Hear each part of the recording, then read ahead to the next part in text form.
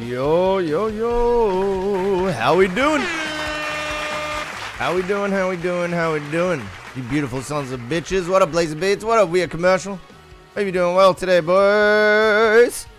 We in for the same old goofy, high energy fucking goof around we're always here for.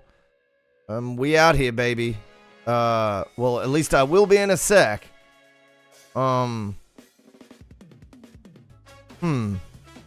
Okay.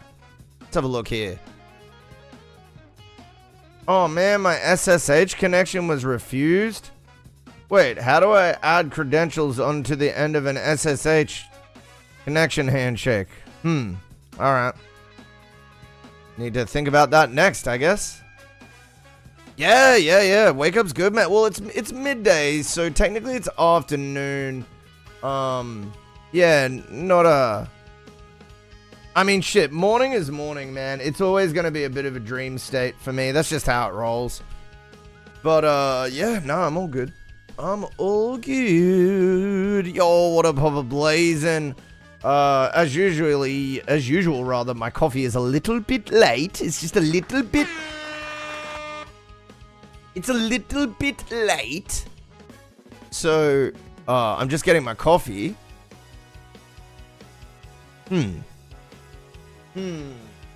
Where are we? Okay.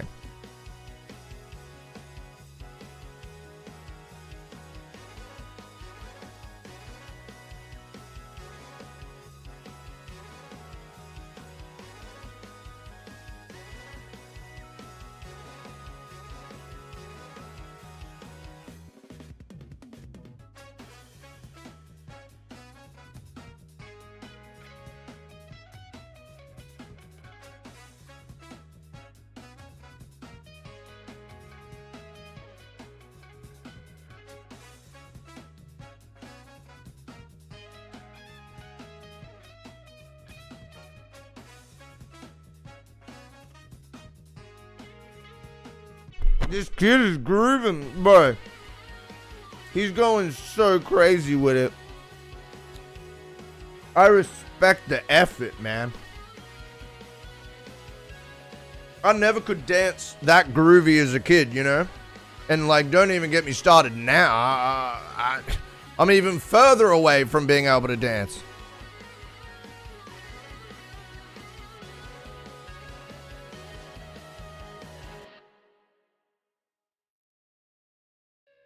Be with you in a sec, guys. Coffee's taking long. I think I might come on camera. Yo, we out here. Hello. Yeah, coffee's gonna be a minute. We're still boiling the jug here. Welcome in. Hope you're doing great today, guys. I'm doing pretty good. Hey, thank you, man. Try to wear some bright colors to, you know, send the right message to new people that rock up here. This is a place of productivity and fun and just jovial, like, goofing about, you know? Exactly. We got plus 10 humor. Plus 10 humor on this shirt, maybe. Also, are we still kind of gray today? Like, what am I missing here?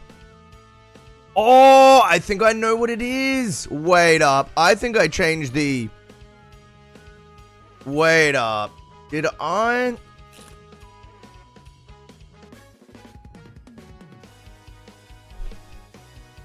I may have changed the settings. Wait. Did that just fix?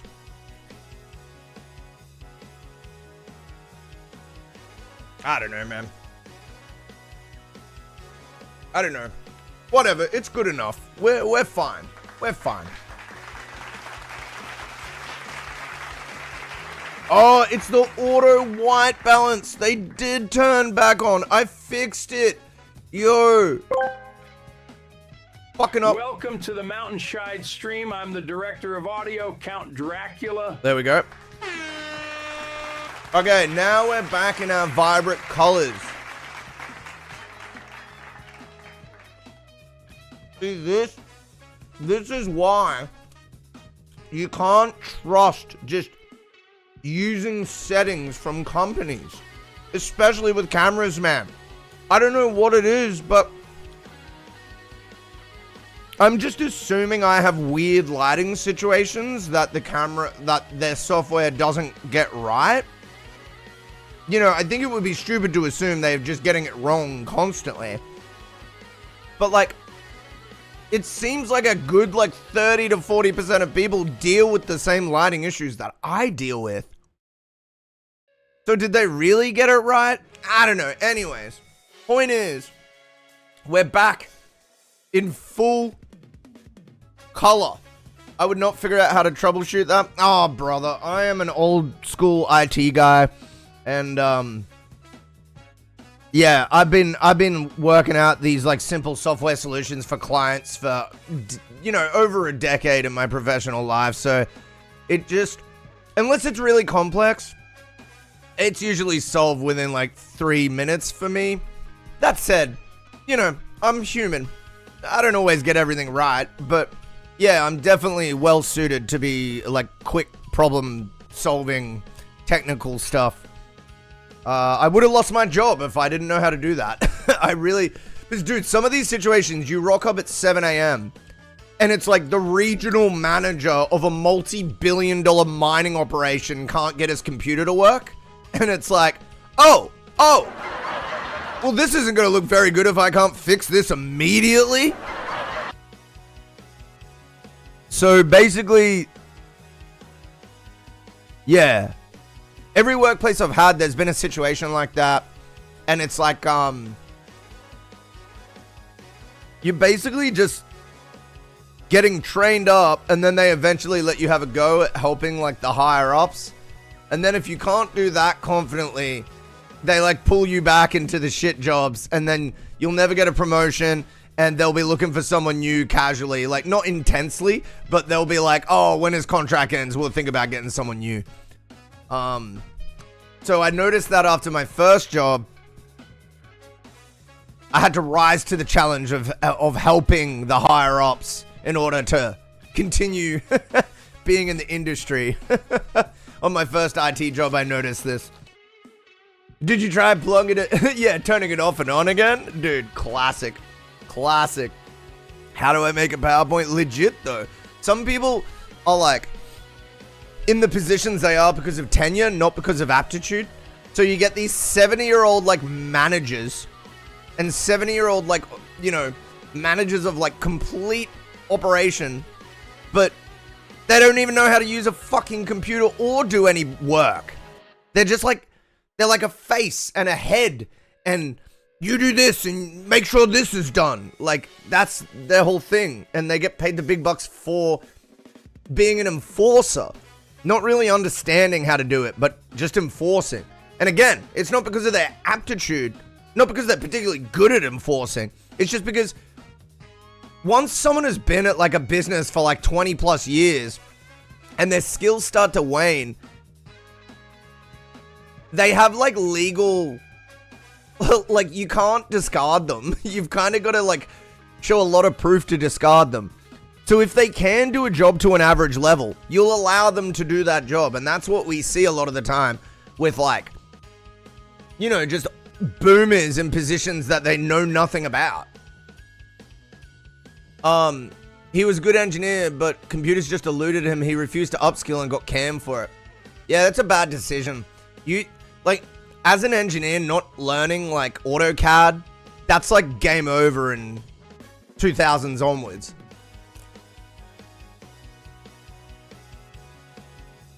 Like, was that one of his main things? They wanted him to use AutoCAD?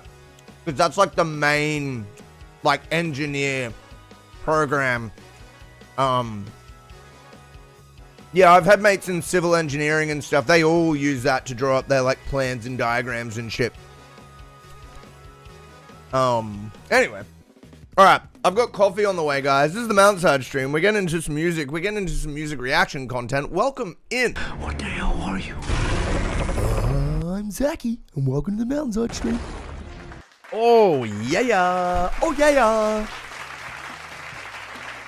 Alright, so I'm just gonna take up, there's like a little spinning thing here. I gotta get rid of it. There we go. There we go. Oh yeah!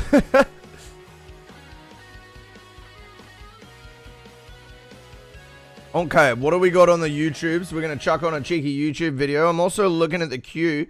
We got some homies in the queue as well. Look at us. We got we looking at weird oh, okay. It's just we're just looking at weird and lol. What is a dancing fucking? And it's forwarded from Big Duck. You posted some Big Ducks. Gotcha. Cool. All right, time for content. But I can't sleep through the night. Dude, I'm so furious. YouTube has this bug where it just plays whatever when you click on a different video. So I click on a video I actually want to watch and it just plays that AI fucking garbage. So aggravating, man. So aggravating. Fucking AI garbage, dude. Just AI garbage. Just, I can't sleep through. No. Get it off my fucking screen. I knew that was AI the second I heard it, by the way. Like, fuck, man. Oi, no one's trained up hard enough to recognize AI. And it's at the point where only engineers and producers really know. You do get the occasional, like, person that's been exposed to, like, media and stuff. Like, have you all seen Chris D'Elia versus one of his, like, fellow actors just nailing every single guess of what is AI? Chris just nails it, and he's not a musician, but he's been around television and media long enough to know for a fact what the telltale signs are. Don't you miss when the internet was just friends and family, not faceless corporations? Dude, in 2016, that's roughly when it ended. And yeah, like, I always used to laugh at corporations because they hadn't figured out how to use the internet. And like, you know, we'd be online on Reddit and, you know, there would be some internet savvy businesses that were doing well. But corporations like, you know, Channel 9 and all, you know, they by and large just hadn't figured out how to use the internet. And their solution was to use slop to literally saturate and flood the internet until it was useless. So they still never figured out how to use the fucking internet for marketing. They just used it for propaganda and to ruin it. So they still never figured it out. They could never compete. They just ruined it on purpose and was like, well, no one can use it now. Like,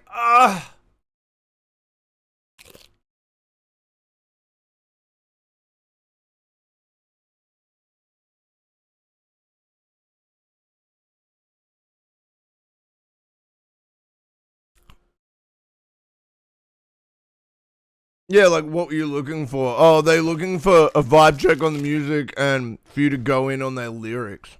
That's what I always hear. And I'm like, so you're a poet? So just send me the words. Oh, yeah. No one wants to do that because it's dog shit.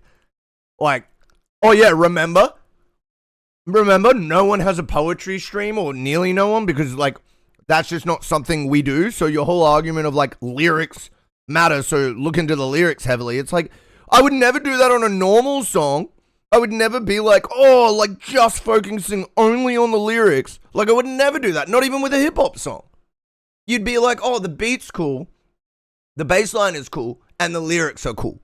You wouldn't be like, we're only concentrating on the lyrics and only the lyrics. Like, what kind of fucking stupid shit is that? Couldn't agree more. Couldn't agree more. Do you know what's really good evidence of that? Whenever you try to tell someone that's using, like, AI stem separator to take it into a DAW and to articulate what they want more and do some editing, they always say no. And I'm like, but you can, if you learn how to produce plus using AI, you'll get better outcomes. And they're like, no, I don't need a DAW. I'm using a different technology. And I'm like, yeah, one that just only exists because of stolen data. Currently, they're being absolutely decimated in European courts. You don't own any of it. The website just tells you you do because they've made a fucking business model from lying, you fucking moron. Like, don't you get it? Their whole business model is just lying to everybody. Why would you read Suno's website and then be like, yeah, man. Yeah, it's mine. That's mine. Take it to court. See what happens. See what happens. Yeah, it's true. It's true, commercial. But the point I'm trying to make is stem splitting and then attending to different issues within the DAW is one step closer to being a real producer, and I'm trying to bait them into doing real work, right? And they refuse to do even that. It's ridiculous. It's like, what? So you don't even, so, like, you even in this sentence are proving you're cosplaying a musician, like, yeah, getting their hands dirty is like a notion, an alien notion to them. Like digging into the music and being like, oh, let's change this and do this. And, you know, getting really granular like all good producers and musicians do. No, can't do that. Can't do that. Like, it's insane, bro. It's like, don't tell me you're a musician and then refuse to get your hands dirty. That's the fucking job. That's whether you want to goof around with it or be serious about it. That's the fucking job, is getting in there, getting your hands on it. There's a Reddit post, why is it so hard to prompt ChatGPT? I mourn for the world. Yeah, legit. Like, the idea of doing things is just getting like the idea of learning and doing things without just being spoon-fed everything. Not only are they trying to take hardware away from us, the concept of ownership away from us, but they're literally dumbing everybody down purposefully and propping up a technology that isn't even profitable. It's not even profitable in the forms we're all familiar with it in. Like you said, they're hemorrhaging money on their chatbots. And this is easy to establish. Very easy. Not only are there a million fucking YouTube videos explaining this, but if you yourself download a small AI model and then you set your computer up to run it, you'll quickly notice what sort of processing power it takes to get tokens generated for your responses, and you will quickly realize that It is just, it's a technology that is not optimized appropriately for use. Like, in general, in the way they're advertising it. Like, this quick fix to, like, oh, got any problem? No, dude, it's like $5 for, like, a free chat session. It's like $10. Like, that's why they're hemorrhaging money. Because they're literally just shouting us this expensive, completely unoptimized service. And then they're advertising it as something that can just happen. Oh, well, yeah, we just get this. And it's like, no. Thinking takes too many calories.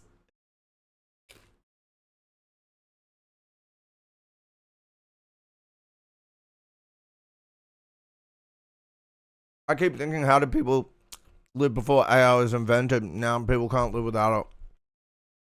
It's just embarrassing when you get an email from like a corporation and it's so clearly written by AI. It's just like, you guys are actual scum, and beyond that, you're even lazier than prior scum. Like, how? How did you manage to like fuck it up even more? Like, we were already disappointed with like mass emails and spam and just bullshit. And this is just the next scam. This is just the next scam. And in 10 years, we're going to be looking back being like, yeah, we made laws against that. And depending on which way it goes, it's going to be like, oh, well, we're completely swallowed by it. Or we have a situation. It's never going to get any better. Because if you look at the past 30 years of history, we're just going to get more poor and there's only going to be like 30% of society that's enjoying themselves. Yeah. It's if you look at history and you understand history, it is only going to get worse. I can't wait to live out in my car and be homeless. I can't wait. Look, like, at the end of the day, poverty doesn't exist because we can't feed the poor. It exists because we cannot satisfy the rich. Like, legit.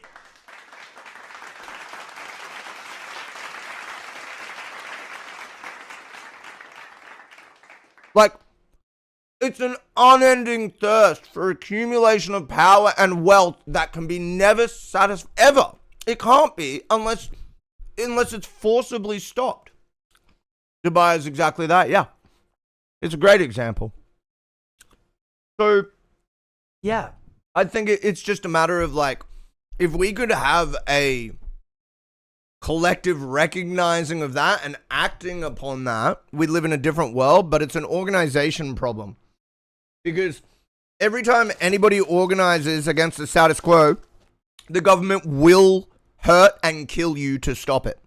They will, because they're part of the problem. Most governments are part of the fucking problem.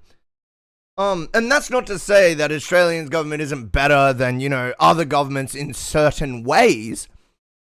But when you disturb the status quo, you get put in your place by authorities instead of actually being listened to, being able to protest, expressing the will of, you know, a large, I would say the majority of society's opinions.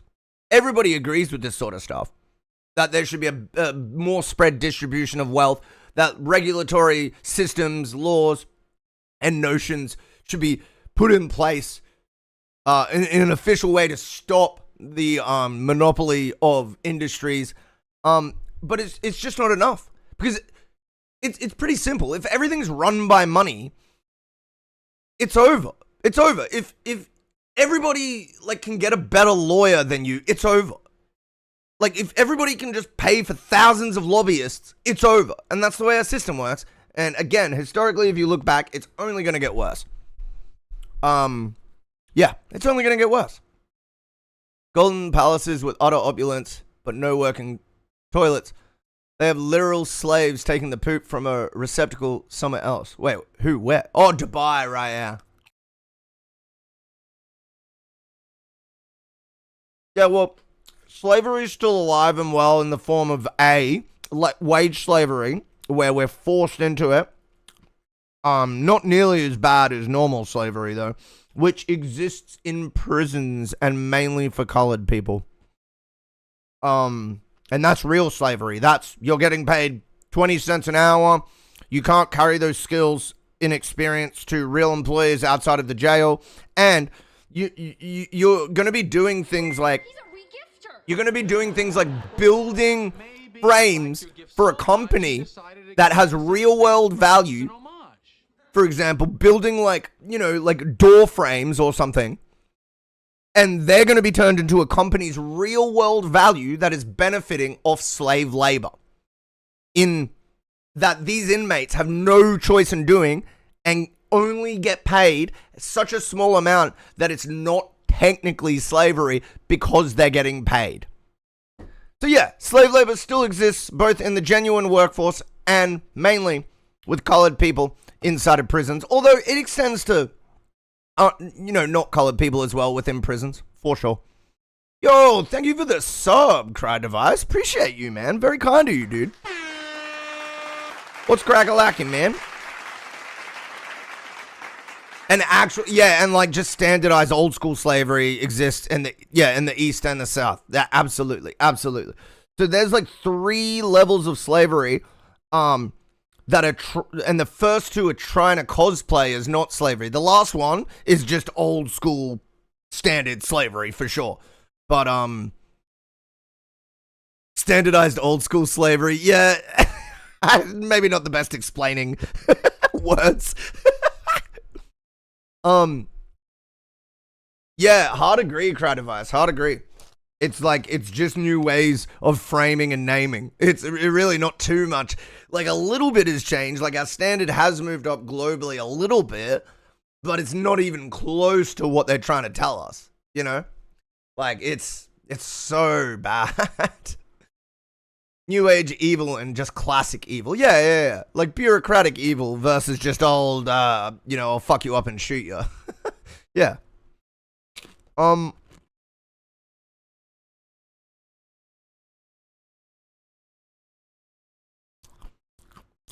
Yo. Dude, Neil deGrasse Tyson went on a right-wing podcast and swore at the podcast, and I quote, "I'm not fucking finished." Yo, go Neil. Go Neil.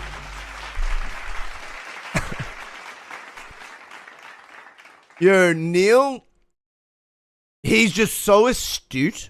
Like, he's just so good at talking. It's, like, alarming. Even if I knew I was right and he was wrong, I would still be scared to have the conversation. Like, he's that good at talking that it's like... It's similar to the debate bros where you're like, you're going to be convincing no matter what you say. You're just good at talking. Like, what do I... Like, you know what I mean? It just means you have to dive into, like, real research, which is becoming increasingly hard.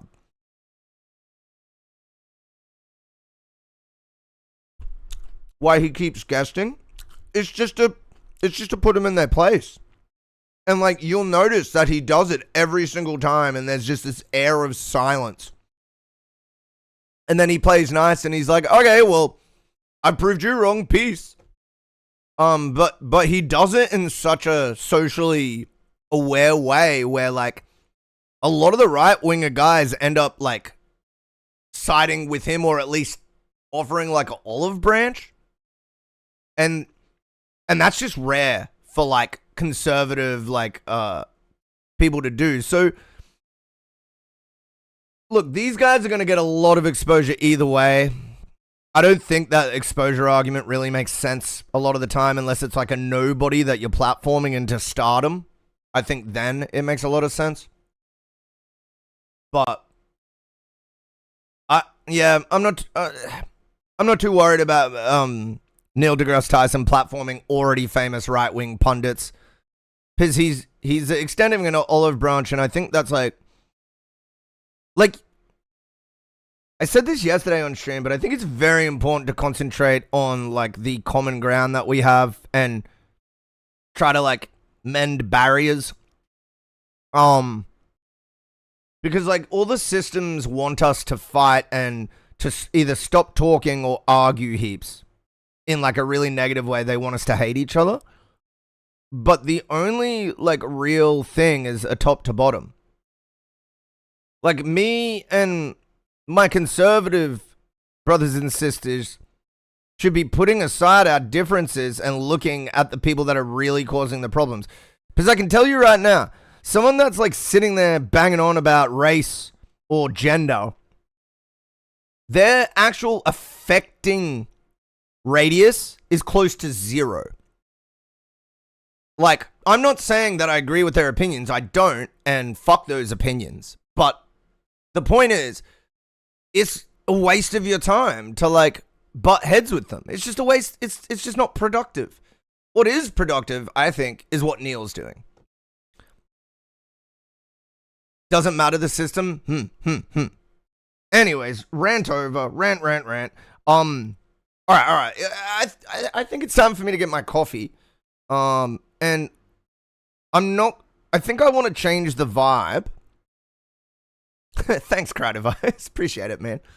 I think I want to change the vote. What are we looking at time? Time better than anywhere else, low key.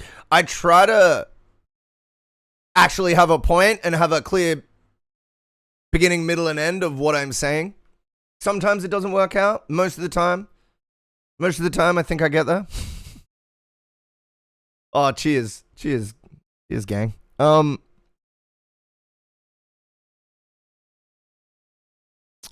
Okay. I'm going to get my coffee, and then we're going to come back. We're going to play Cry Device. I assume you've got something in there for me. You don't. Well, King, if you want to submit, if you ain't got a new one, Cry Device, just send me something you like, bro. Like, you know, just a song that you want to listen to. Oh my God, this guy's in Brisbane? Bro, one of my favorite food vloggers is in Brisbane.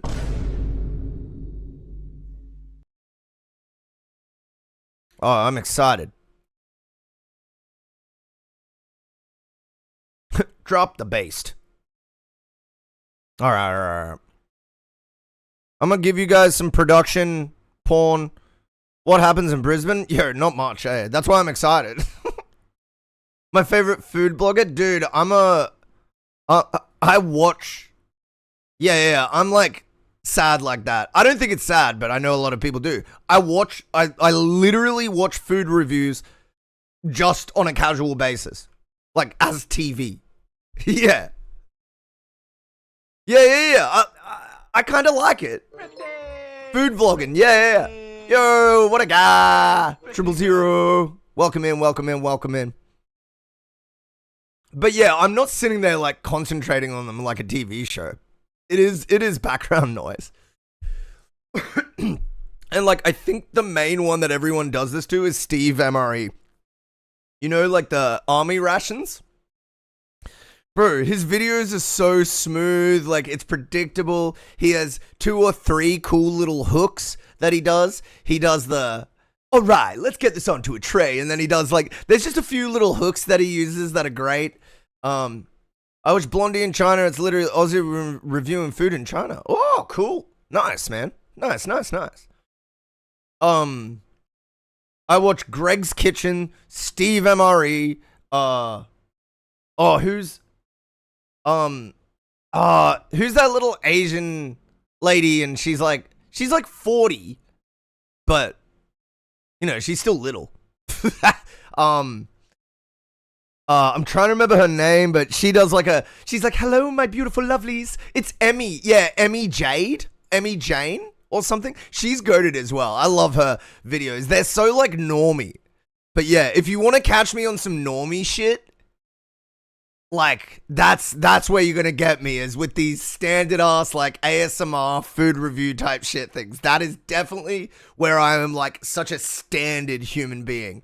She fine. Yeah, she's pretty, isn't she? Married lady, but you know, married with kids too. I think she has 2 kids as well.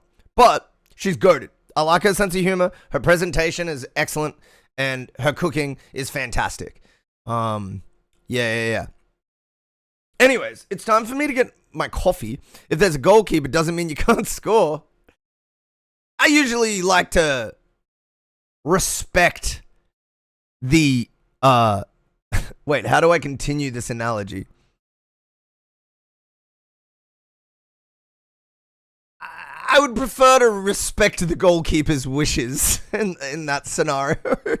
I've been there, done that, man. It ain't worth the trouble. I'm not a football player. Just like ignore the analogy entirely. She made prison food? Yep. Anyways, look, I don't think many of us really loved the new Charlie XCX album. I'm not sure if you guys are fond of it or whatever. But hey, let's have a look at how they put it together. I am gonna go ahead and get my coffee. Haven't heard it. Well, I mean, it's high quality. Like, there's no debating that. But she also fine. I think I might be the one guy who isn't that attracted to Charlie XCX. I don't know. Just not my deal. Not really my deal. I do like her music though. Anyway, let's run it. Not trying to take on this like fake tough rock like macho, like macho thing yeah. of like, now I'm doing rock, like now I'm part of the rock scene. Yeah, you know, I think like weren't... what? It's the eyebrows and the nose structure. That's fair. Her eyebrows are very like worked with. They're very like shaped, but they're shaped extremely well. Like extremely well. Like you can tell that she's got someone to do this because it's like perfect. It looks great. She looks unique. Oh well, in this, I think in this fucking freeze frame, she does. It's a nightmare. Yeah, right. I don't really. I was saying about I think she has like a fairly typical British style I feel like I was never one for someone that's like, what is she, my age? She must be like what, 35, 36, something like that.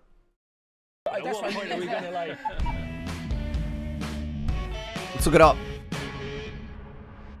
This wasn't the first song that we wrote for She's the 34. album technically, but this was, I think, the first song that we made in Paris, which was right, and that was our first time working, the three of us in the room together, and kind of like the beginning of Not ever, but for this. Sorry, yeah, for this, yes, for this album, sorry, and was kind of like the beginning of the main body of like the album session, I suppose. And yeah, I think this was because it was cool. We were working at the studio called Rue Boyer, which is like a live work place. So we all had our apartments upstairs, and we would kind of come. Dude, that's vibes. So they're living in like a studio hotel. Oh my god, my dreams. I'm coming right now. Like, what the fuck? That sounds so awesome. So they're like, it's a live-in studio with like apartment rooms for each artist. Oh my god, that sounds amazing. That sounds amazing. Down to the studio in the morning, and yeah, we'd have breakfast together, and then we would start working. And at this point in time, my friend Aidan Zamiri, who shot the album cover, was also staying with us. He was just kind of documenting us and also like doing his own. All right, I'm getting the Fashion coffee. Week journey or whatever. But the first morning I came down and I had this thought. I was like, I really want to make a song called Rock Music, because obviously, you know, like we had been talking about this pivot, you know, I suppose, and kind of leaving behind like elements of Brat sonically, you know, and I think it became an interesting vehicle to talk about that a little bit, but also truly have so much fun being back all together in a room making a song where we were really like playing around. What I love about this song as well is like it's like kind of, it's not actually a rock song really, which is quite fun. Or is it? I don't know. I don't even know anymore. Like that's all those kind of questions are confusing. Yeah. Got to ask Led Zeppelin, Not right? super interesting, but yeah, exactly. Yeah. I mean, with yeah. you should tell it. Yeah, you should get. Yeah. I mean, what's fun? I mean, okay, so Finn and I both using Logic for better or worse, like pretty similar version of it, and so kind of taking turns, sometimes working parallel. The kind of, I think I was plugged into the desk, or into the desk. So I was sort of using my session as like an instrument, and we were like recording things into yours for this one. Like I said, just mix it up a lot. And I think I just had one small chop of a really old guitar thing I recorded, just this, I think. Sounds like rock music to me. It does, just authentic. Like that. Wow. So I threw that into this. Well, I've been using a lot of Phase Plant and because actually there's not a lot of, it can be a synth, can be a sampler, can be whatever. So I threw it into this, and you can see it's sort of got a horrible LFO on it. So it's constantly bouncing around. And I even send an ARP through it as well. So that one sort of power chord becomes this kind of strange kind of bouncy thing. And then actually also what's weird This is cool, yeah. on top of that, I've got the thing on here, the hat, right? Or because that is then also that exact kind of chopped up what up, resampled Tochi? guitar. Yo, also becomes thank you for kind the of raid, persistent man. hi-hat layer. You're W Tochi. How'd stream go, King? Thank you again for the raid. I was just getting a coffee. Hope things have been good. Let me give you a quick shout out. Hopefully that works. Yeah, there we go. I did it. It pisses me off that you can't use the @ to do commands. Like, if it's got the @ in it. It's like, no such user exists. Like, why the fuck is there not an exception made for the @ in the function of the, like, shout out command? Like, come on. Like, fuck, man. Stream was great. What'd you get up to, man? Yeah, we're just going through a few fucking Charlie XCX prod videos. Gonna jump into some music soon. But dude, thank you again for the raid. I do appreciate it, man. You're welcome to drop something in the queue as well, if you'd like. That's made out of the guitar. Yeah, and that's it's running through Shaperbox, and the noise is actually a crash, so it comes as this strange thing when they're so they're kind of strangely in sync, and that's just kind of, don't know, that the fact that that's the heart of this song, like you said, sort of disqualifies it from being a proper rock song. But it's taken from a guitar. Yeah, well then, yeah. Kind of ampy, slightly broken. You can even flick a switch to make it sound slightly like it's running out of power. So it's got it retains this feeling that it's somebody playing guitar for maybe the third time, and they're trying out the pedals. No, but in a great way. It has that innocence to it that is kind of like, these riffs sound cool. This is rock music, isn't it? This is cool. Yeah. New denoiser plug. Wait, it doesn't to me. I did not perceive the song like that at all. Like it. Yeah, I didn't perceive it like that at all. Maybe it's because I'm a producer, but I literally perceived it as like, this sounds like a janky, like, guitar VST, which is exactly what it is.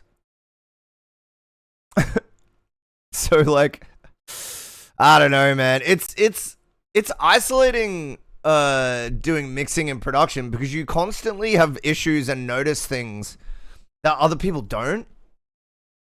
And then, the average music listener will, yo, Tochi with the, yo, thank you so much, man. Appreciate that, dude. Well, definitely chuck it into the, skip queue, man. Yeah, what was I saying? Yeah. To us, it's like you can kind of, like, it's not that we're not still in love with music, but I think being a producer and a mix engineer, it might kind of shape your newer listening habits towards things that are maybe more well done, in your opinion, from the perspective of being a producer or a mix engineer, To my mom, that's a guitar. Dude, to the average listener, that is a guitar. Like, straight up. To the average listener, it's exactly what he described it. It's like, it's a bummer because it's just not. But the illusion is so great that it takes years of expertise at this point to see through it. And then when you do, you just end up a little bit isolated. Oh, it's crazy. I'm gonna rock a piss and microwave some chili. Yo, let's go. Let's fucking go, chili. Oh, you gotta put some chili in my Discord so I can have some. I need some of that. All I got left is crackers. They're really nice though. Dude, same, Logan. It's such a battle because you get all these advantages of making music, but in some ways, listening to music becomes more troublesome. Like some of my favorite records have diminished in enjoyment because I'm just like, bro, this is kind of just badly done. Like, and not badly done in a, oh, that's part of the magic. No. Badly done in the way where it's like, oh, this is a diminished product compared to things that came out at the same time that did it properly. Like, but more often though, it has made me think, wow.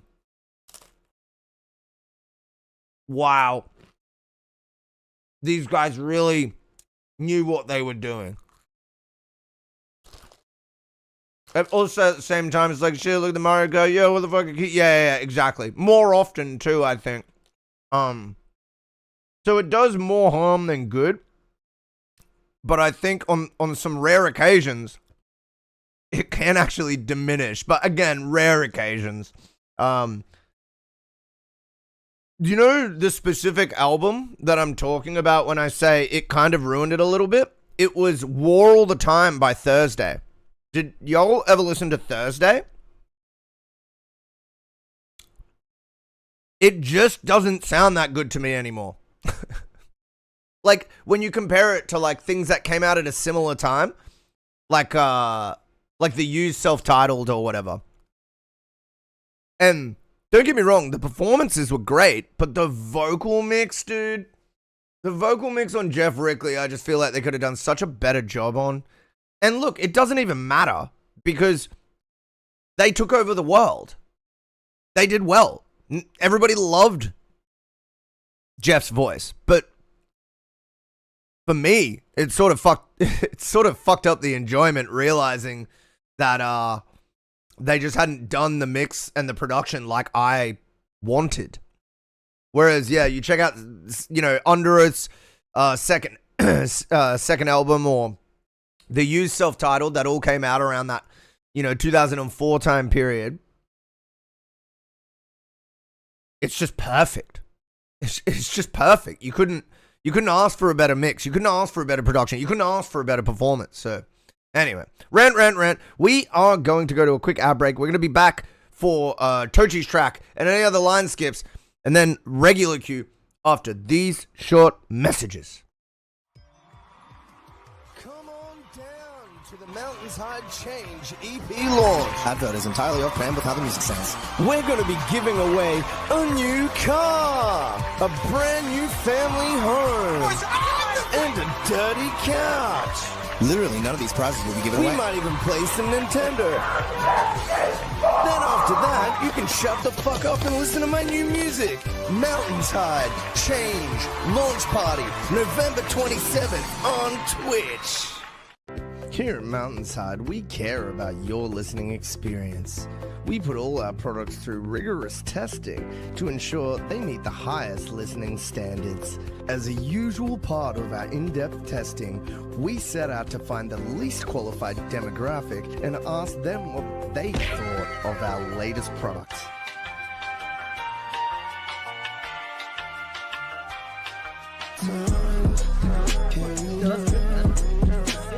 He's actually fucking...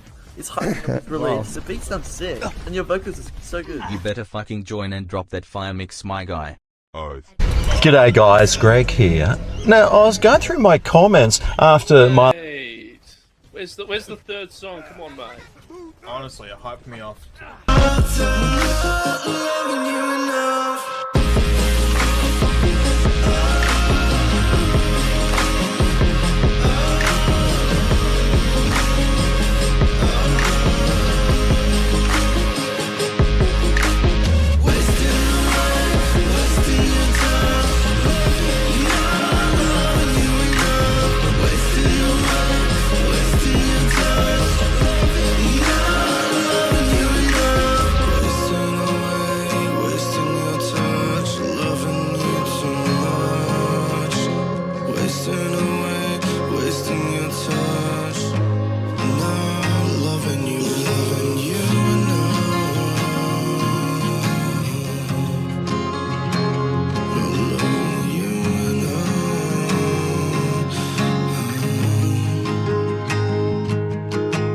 Doesn't stream much anymore, and that was the best beat battle on Twitch, and now I'm stuck here. Just kidding. Love ya. Do you want to get banned for the rest of your fucking... Do you want to get banned for the rest of your life? It's not a funny joke. It's not a funny joke.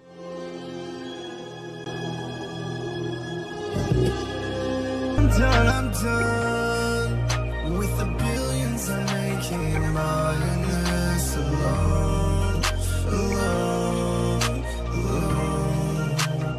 mindless alone.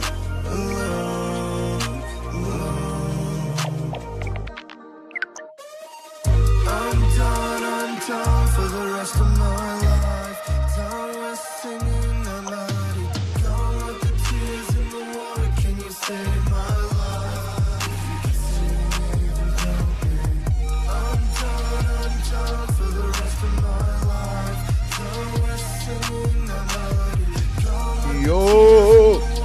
Yo, yo, yo, yo, yo, yo, yo, yo, yo.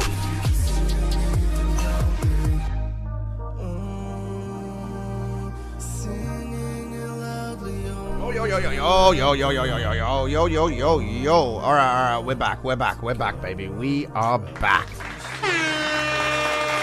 Oh yeah. Got a new track on Submit Hub. Got 8 out of 10. I don't know if you spotted that from my first reviewer. Fucking look at me go. Look at me go. I might be on to something. Nah, jokes. The next four reviews are going to be like 2 out of 10. Like, that was just an anomaly, dog. Dude, I swear to God, I have looked at some friends' Submit Hubs that are like, I love their music. Like, I love it. I think it's so good. It always sounds finished. And they still be getting like 6 out of 10 on Submit Hub. And then I go to the top charts on Submit Hub, and it's literally just like salsa and other like samba, you know, like just like Spanish and South American sort of vibes, which is fine, don't get me wrong. But it's this idea that like, I don't think you should worry if you do alternative music. I don't think you should worry too much unless you're getting like 2 out of 10s, 3 out of 10s constantly. I don't think they're just brutal. I think they're generally closed-minded. Because if you look at the top 50 charts, it's just this derivative garbage. And I think to myself, oh yeah, that's right. I just don't like the music that most people enjoy. And I don't want to be caught making that shit either. So, as long as you're getting around 6 or 7 out of 10, go forth on the Submit Hub. Because again, if you've seen what they cheer for, don't be worried when they boo. That's all I'm saying. That's all I'm saying. But yeah, look, I shouldn't be complaining. I usually get like a 7 or an 8 out of 10 anyway, like on most of my tracks. It's just you know, look, I'm very proud of my tracks. I get a lot of positive feedback. I think to myself, don't worry so much about the website. Don't just use it as a general gist, you know? What is Submit Hub? It's just a site where you can find people to advertise your music. You can rate music. You can get your music rated. Things like that. Yeah. If you review people's music for like a month straight, they'll even do like advertising on Meta, like small, like $5, $10 Meta campaigns for you if you do like tons of reviews and shit. So like if you are broke, it is a good time trade for promotion, or for, you know, if you're starved of time and you can't sit in a feedback stream, it's a good way to get a general pulse check on if you're doing something right. As far as just paying $10 for the credits, because you can earn the credits free, or you can just pay for them. So yeah, it's one of those websites where you can submit to labels, curators, you know, article writers, and then you can get a pulse check and a rating on your song. If 1 or 2 people fuck with my stuff, that's enough. I love the innocence of that, bro. I love that. I'm much more swallowed by statistics. I'm much more just like eaten alive by statistics. It's fucked. All right, we're getting it going. Got Tochi coming in with the track called MountainsHide. You're writing a track called MountainsHide? What are the chances? What are the chances? Bro, yeah, meta. Bro got meta on this. Oi, the result when you try to search MountainsHide? Mountainside? Did you mean Mountainside? And then the only way anyone ever finds my page is when they zoom in with a fucking pair of binoculars and a monocle in front of it and a magnifying glass in front of that. And then it's like, did you mean MountainsHide? And the amount of times I have told people to search specifically MountainsHide, one word, and then they go, it doesn't come up. I just think to myself, yeah, it makes sense that everybody needs that AI to survive now. Y'all aren't using your fucking brain. Y'all ain't using your fucking brains. Like, oi, the idea of look at the detail of the thing you're doing, it's nearly gone. It's the whole premise of look at what you're doing and have a detailed view of the information there. It's just, it escapes most individuals these days. It's crazy. When solid snake meets liquid snake. All right. Let's run it. We coming through. It's Tochi with MountainsHide 728-26. Oh yeah.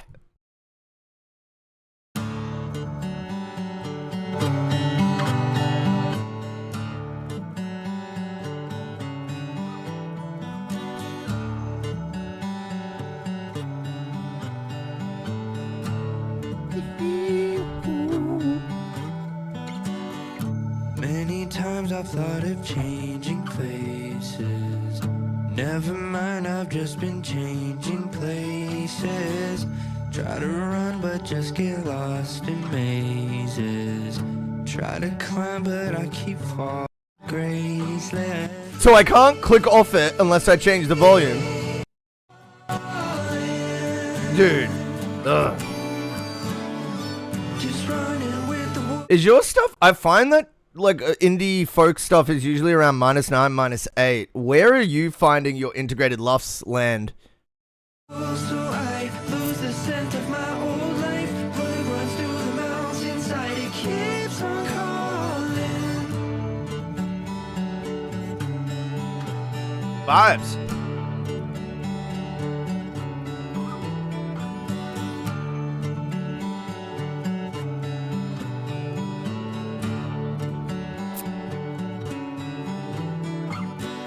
breaking down at every avenue. Well, do you know what RMS is? I'm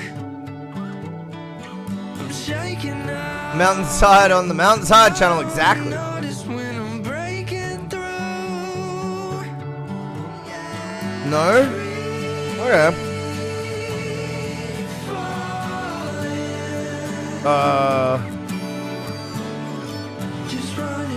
No, I mean it doesn't really matter as long as the music sounds good, bro.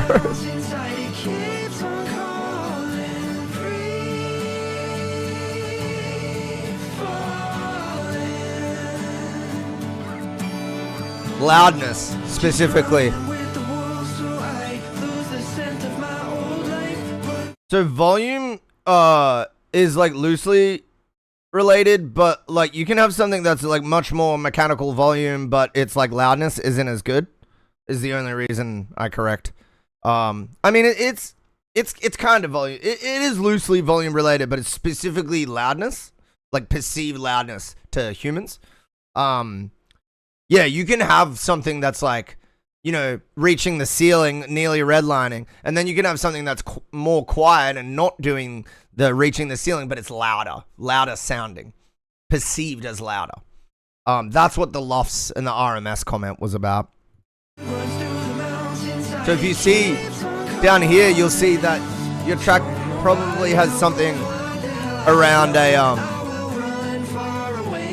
it's probably something around it's probably something around I would say this is like pretty quiet, but like appropriately quiet because of the genre. Yeah. So I wouldn't even worry too much about it. Like, just learn about it in your spare time, basically. It's like mix engineer, master engineer stuff. But as I always say, like, most important thing is that you have good sounding songs. This is a great sounding song. So I wouldn't worry about it too much, dude.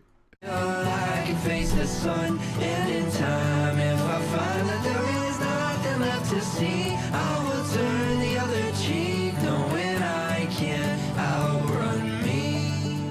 It cut off wrong.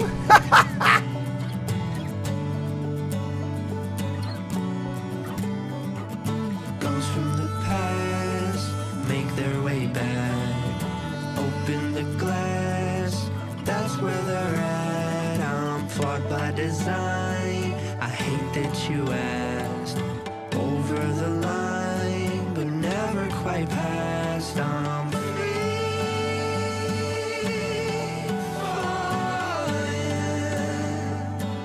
It just did whatever the fuck it wanted. Yeah, the Twitch player is diabolical. Like the Twitch clipper, it works against you. It like actively works against you. You're like, clip, and it's like moves your mouse to like the no clip button, and you're like, ah! Like, it's so bad. But I'm just glad they at least like made one. It used to be that you'd have to go to hell and back to clip some shit. Like, dude, honestly, the mix in the master sounds pretty nice. It might be a little bit quiet, but also kind of not really. Like, it's not worth worrying about at this point because it sounds great. All I would say is, like, usually if you can push loudness and you're not getting penalties, meaning the sound isn't compromised, it's either not changing, or it's changing in a way that isn't noticeable, or it's changing in a way that makes it sound better to you, then you should usually take advantage of that loudness. But again, it comes with those caveats. You can't be ruining the like feel of your song just to get loudness, right? That wouldn't make any sense. And especially doesn't make any sense in genres like this, where it's all about that sort of natural playing and that natural sort of feel. So that's why I say, like, this is quiet. It's -10. But that might be just fine because it already sounds good. A lot of people that know a lot more about mixing than you do make lots worse stuff than this. So, do you know what I mean? Like, we're playing music and the music sounds good. So who really cares at this point is my take. Like, if the music sounds good, then that stuff isn't really important. Like, because that's the whole goal, right? I think a lot of people get too caught up in the technicalities.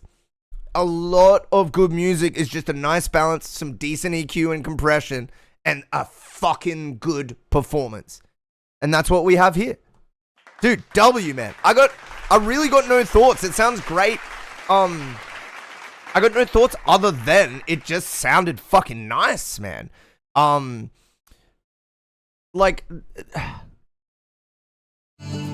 by design, me personally, I'd probably push this or see it as a mix engineer to see if I could push this to like around -9 integrated, -8 maybe. It's currently sitting around like -10, -10 and a half. Now I think here's some thoughts. A collab, lock it in. We gotta run that, Tochi. I'll be keen to work something out as far as, well, streaming all music, man. I like both your stream and your tunes, so we'll work something out. I'm keen.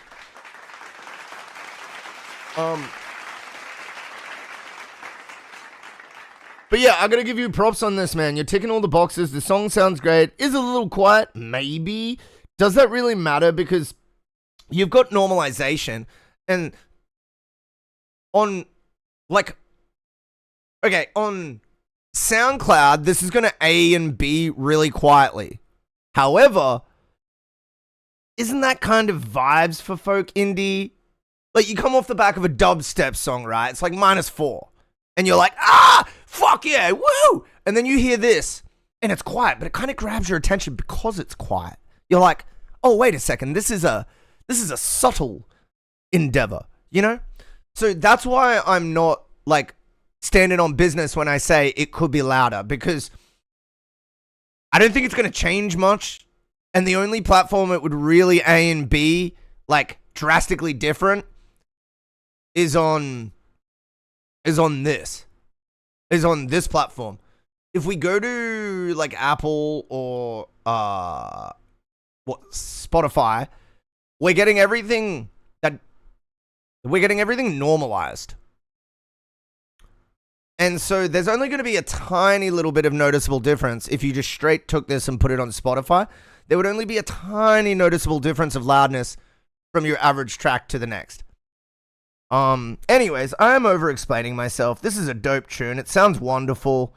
Love the vocals. Love the guitar parts. Yeah, no major critiques, man. Keep doing you, brother. Keep doing you. Very cool. Very cool. Oh, yeah. Oh, yeah. Oh, yeah. Oh, yeah. Oh, yeah. Hey, welcome to the MountainsHide stream. What up, Avia? Right back at you, Tochi. I appreciate it. Dude, it was a good listen. It was a good listen indeed. I had to get my mini meters out, bro. Yo, Avia with the 4-4. God damn. God damn. Y'all are single-handedly re-enabling me to pay bills that I am late on. Thank you. Thank you.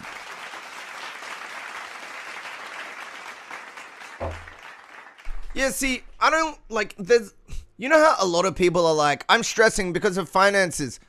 Dude, I've got my finances in a position, they're bad, don't get me wrong, but I've let go of a lot of the stress, and it's made my life a lot better, because it's like their whole thing to stress you out and act like it's the end of the world and that everything's going to be fucked. But realistically, there's like no real ramifications for me having payment plans with these companies. As long as I'm still paying off my shit, there's no real ramifications. Nothing's going to happen. So, I don't know. I kind of come to peace with it that I'm just always going to be in some amount of debt. And I don't know. My life's just gotten way better after that. Yeah, it's just improved. The mortgage skip line. Oh, dear Lord. All right. What do we got going on here? What do we got going on here in the way of Q? In the way of Q. Oh, yeah. We got Avia. Of course. Send a little thingy, baby girl. How are you, brother? I hope you're doing good today, man. Baby girl. What up, you beautiful bastards? I'm alright. I feel you, bro. What's stopping you from being bad? I'm seeing the new Spider-Man movie tour. Okay, so that might be one of the things that's the enjoyment of tomorrow. Is maybe one of the things stopping you from being bad. Well, I'm glad you still got something chill to look forward to, man. That sounds kind of fun. Yeah, because you said you were okay, so you're not bad. No, sorry. Yeah, I didn't phrase that in a way that was easy to understand. That's for sure. You know when people say they're like good? I will say like, oh, what leveled you up from average to good? And they'll often say, I don't need a reason to be good. I just am good. And I'm like, okay, cool. You know what I mean? I don't know. I like that line of questioning because it gets inside people's head because they never expect to be like they never expect that line of thinking to be broken down. And it's like, it's not a good or a bad thing as far as like me getting them to break that down, but it's just about the reaction. Like, it's an interesting reaction. And for you, that response is always humor, which is a great sign.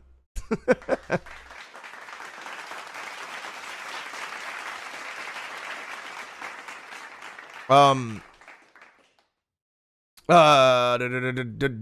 feel like that mindset varies with people who start a family or not. Wait, the I'm good mindset? I forgot which part we're talking about.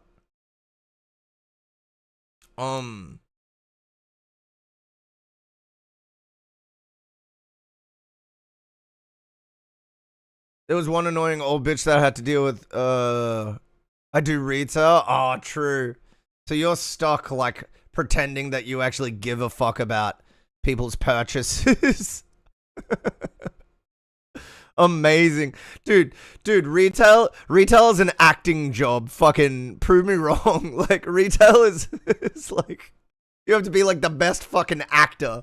Like, oh yeah, what were you looking for today?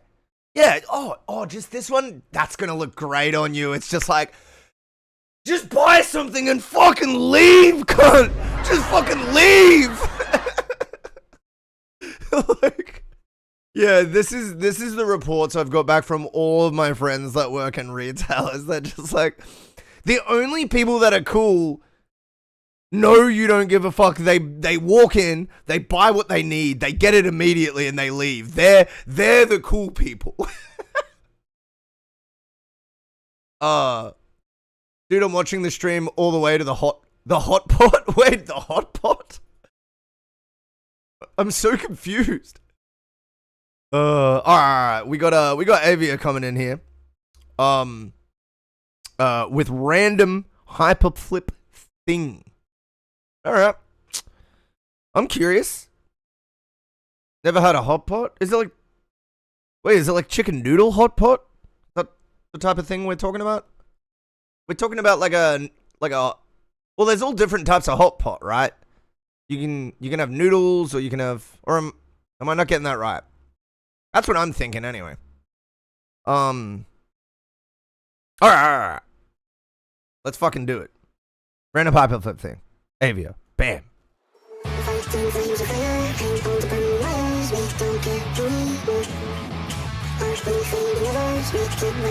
Oh, okay.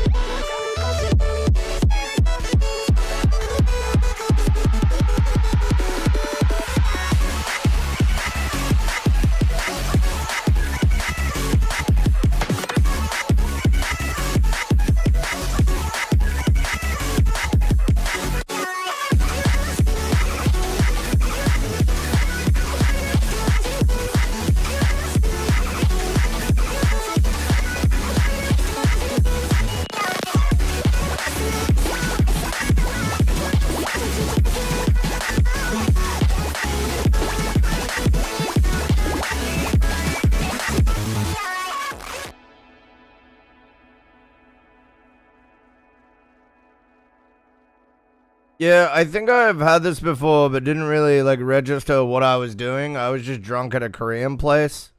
I think I've had this a bunch of times, but I just didn't. You know, just tasty food. I'm like, ooh. As I'm on top of a freezer 12 feet off the ground, trying to manage this absolute mess of 50-foot hose, the eternal abyss on my right, behind the freezer, trying not to slip and die. Some old bitch goes, "Don't jump." Thank you, Debbie. Now I'm going to jump because I can't take it anymore. Like, yeah, that's real funny. Hilarious stuff. Yeah, when coworkers are trying to build rapport with the shittest jokes in history, it's like, come on, man. Please be funny.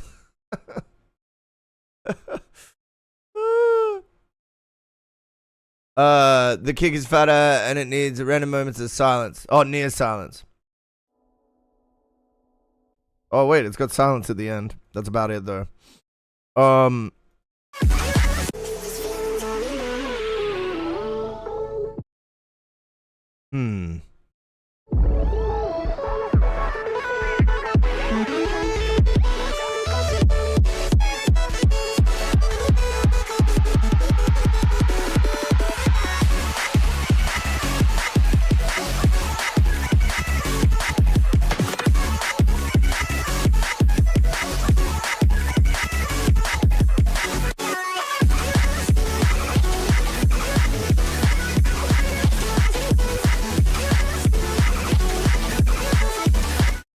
I just want a more clarified sound.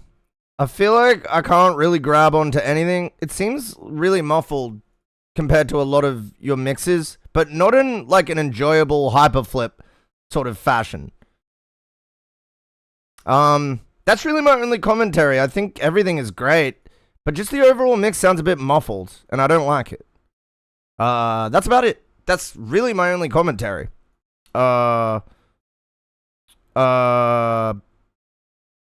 Yeah, otherwise, like, I'm really enjoying, like, everything about it. The flow is cool. I like the kick, actually. I thought the kick was great. I really like your chords, too. Yeah, I just felt like, yeah, each sound wasn't really sticking out as much as a lot of your other mixes that, you know, maybe not the same as this, but have similar sort of sound quality in the production thing. Yeah, mix was just kind of a little bit like fuzzy and crowded for me. But again, the song rocks. Like, the song sounds great. I wouldn't change the song. And the production pieces you're using are fantastic as well. I especially like your like sound selection.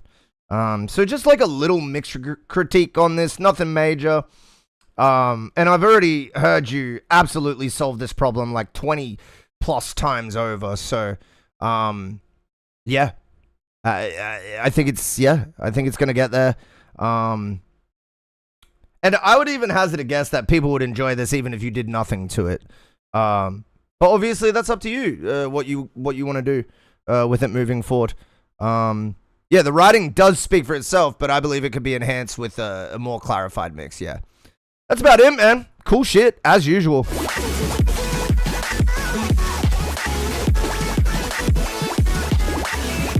It may even be that the like crispiness and the distortion coming on the like the spread, like maybe the distortion on the synths is something that's doing a lot of the crowding. Yeah, I'm just trying to figure out like where it is, like where the easiest spot would be to reduce. That's probably the main place I would start looking, at least. Yeah, vibes though. I'm a fan. This is cool. I can't mix good right now. What do you mean? You always mix good. Oh, headphones are broken. Okay, that's what you mean. Well, that makes a lot of sense. I guess, you know what? The silver lining you could give until you get new headphones or headphones fixed or whatever is now it becomes about understanding the output system, like, you know, your laptop speakers and the room. Like, it becomes about, oh, what are my laptop speakers doing to the room and the sound in a way where you can address the problems just like you did in your headphones. So that's probably the only real silver lining to take away to be productive. Because that's like exactly what I did. Like I have studio monitors just below here, right? And a weed bowl. And basically those broke, right? So instead of getting furious or like, you know, being at all crestfallen about that, I use it as an opportunity to just start mixing through like 5 different devices. And this has just improved my knowledge of what different, you know, what my phone does in this room, what my Logitech speakers do in this room. Yeah, that's all I could suggest on that front. I might just buy the same pair of headphones I had before. Dude, if it works, don't fix what ain't broken. Honestly. I mean, if you... It's probably the worst turn of phrase to use when we're literally talking about something that is broken and needs fixing. But that does need fixing. So I guess that does technically make sense. Anyways, W-Track, W-Avia. Thank you as always for the support, man. I have a bass amp that I mix through sometimes. I mean, whatever. You can gain the bass signal down and get it balanced for like, you know, like that's fine.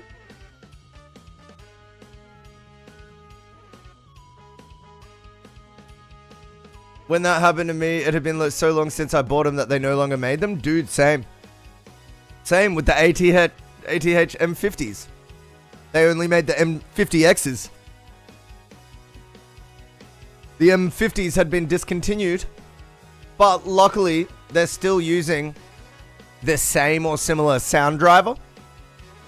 So even though the headphones were discontinued, the sound was pretty much exactly the same, so I just bought them again. But they do break way easier, these new ones, because of a little clip attachment thing. They break way easier.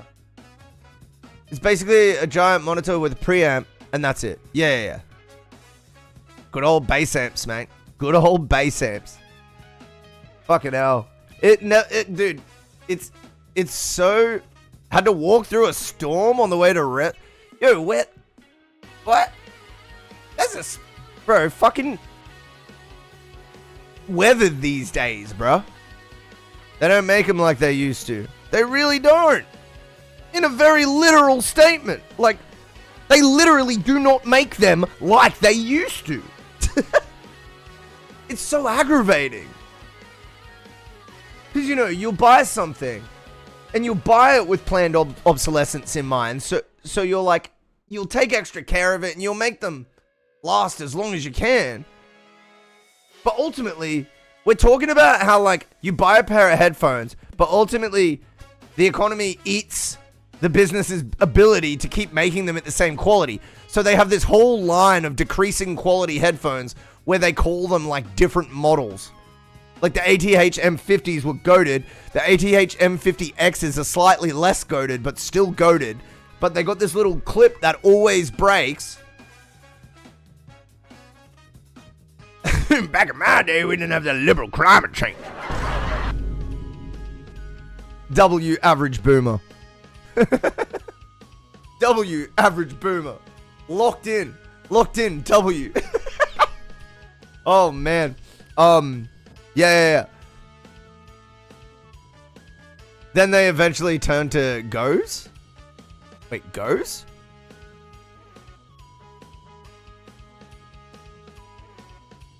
The budget category is short for 0 to 3 years. Yeah, which is fucked, because my first pair of ATH M50s, they lasted for like 8 years, 9 years. And I was fucking sleeping in them. Like, but they still didn't break. They still didn't break.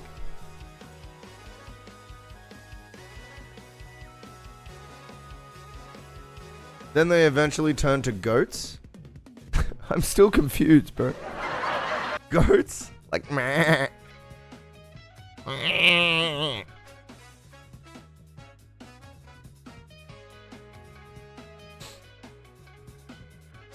Oh, we got a little bit of Logan Nywola coming in. We got regular Q stuff going on.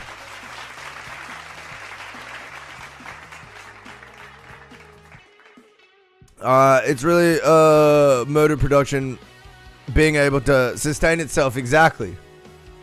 Yeah, that's what I'm getting at. It's like the economy, like they're just not able to. They're just not able to provide the same value. Exactly, weird returns. We get degrading, weird commercial. Wait, did I say weird returns? Oh, right. I see what you mean, bro. Yeah, I see what you mean, bro. Like, taking away letters as per the amount of quality degradation. I see. Weird returns is my... Dude. Yo, what up, Wankenstein? Goated name. Absolutely goated name. Oh wait, we got a weird commercial submission first here. Something what the fuck? This is your first cleaning. This is your first cleaning.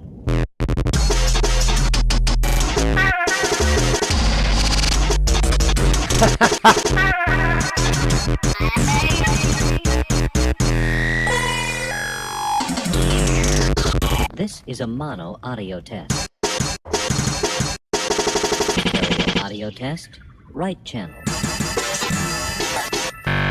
Stereo audio test, left channel.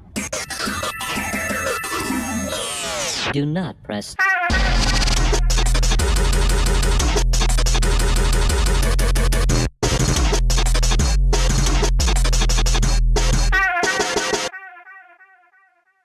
Fuck. Well, at least I know my speaker routing is not entirely correct. Thanks for that. For whatever reason, when the right channel did its thing, I had some of it coming through my center channel, but that did not happen with the left speakers. So I'm like, oh, I've routed my shit wrong.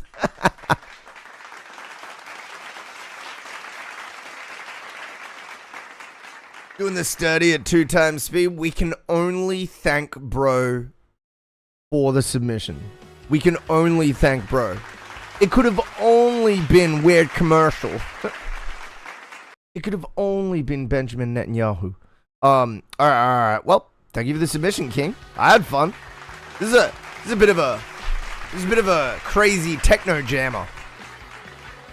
Yeah. Definitely high energy. I found my speakers were fucked when I made this. Yeah, you're like, wait a second. Yeah, I mean, reasons why you do experimental things like this is like, it's kind of like teaching a guitar lesson when you're not ready to teach. It's like, what is the first thing you do? You like set up your first lesson and then teach your first lesson. It's kind of like that circular logic of like, you're doing a production about having a speaker test, but you actually need to do the speaker test yourself to make sure you can do that.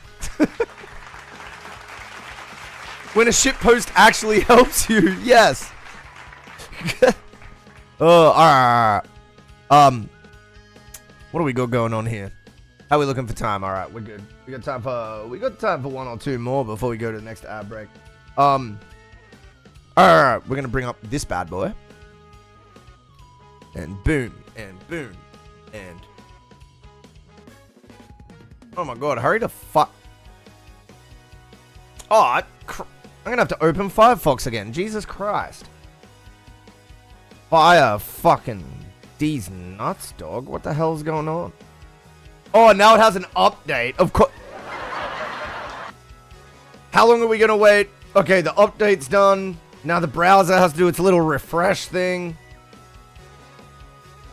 Okay, we're finally... Oh my god, bro. I'm gonna listen to your tunes with hot meat in my... Oh my dear.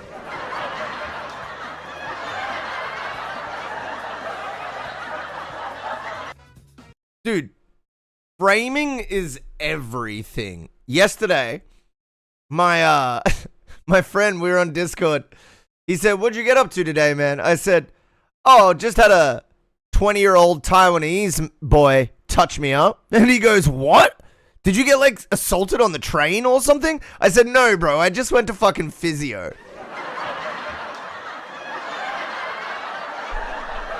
The physio was a young Taiwanese guy. Like, that's he was a trained professional, and he was very professional when he touched my lower back. But framing is everything. Framing is everything.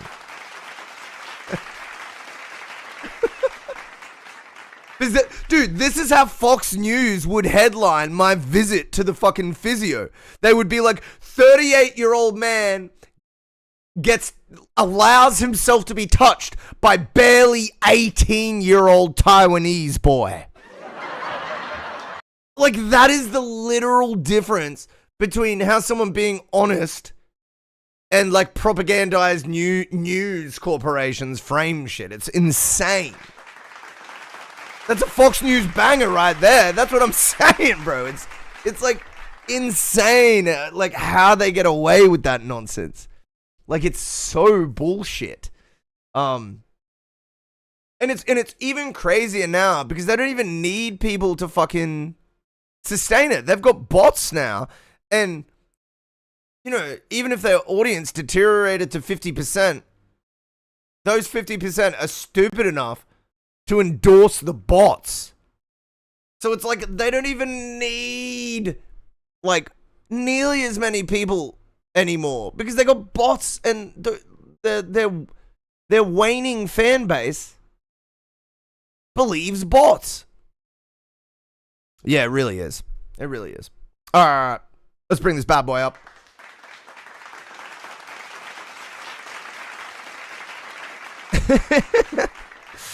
All right.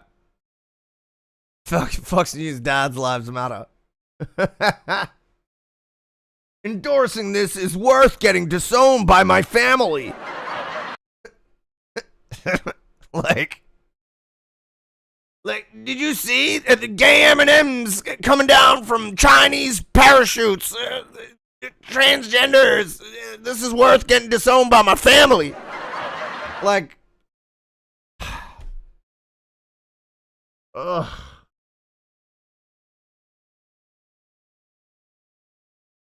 Ugh. All right.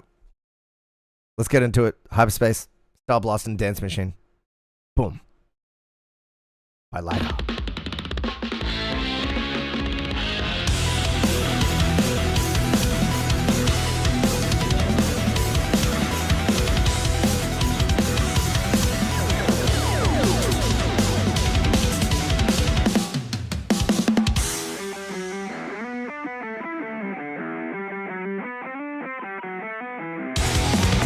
They got transgenders, dragons, and scoundrels. Always did. Always were.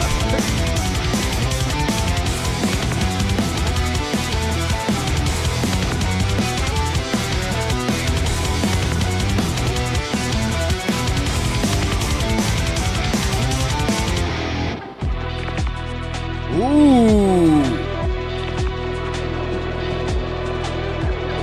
Damn. I love that downshift.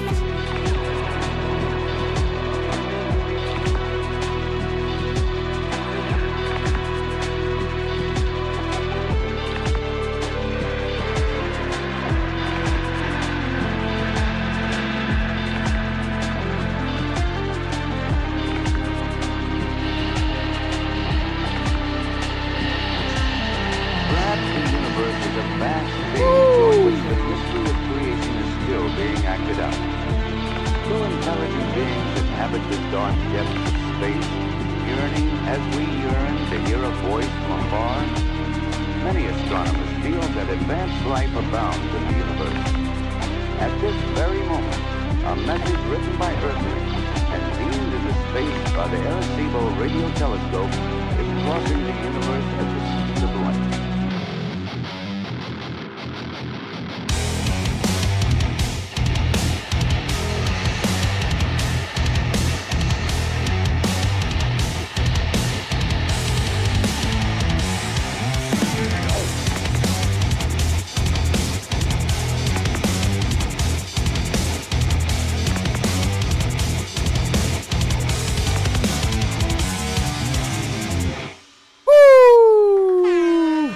My God. My God. Very enjoyable.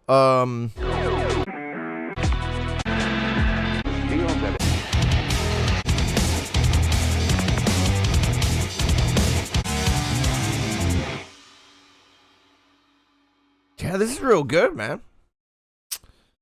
I think this is real good.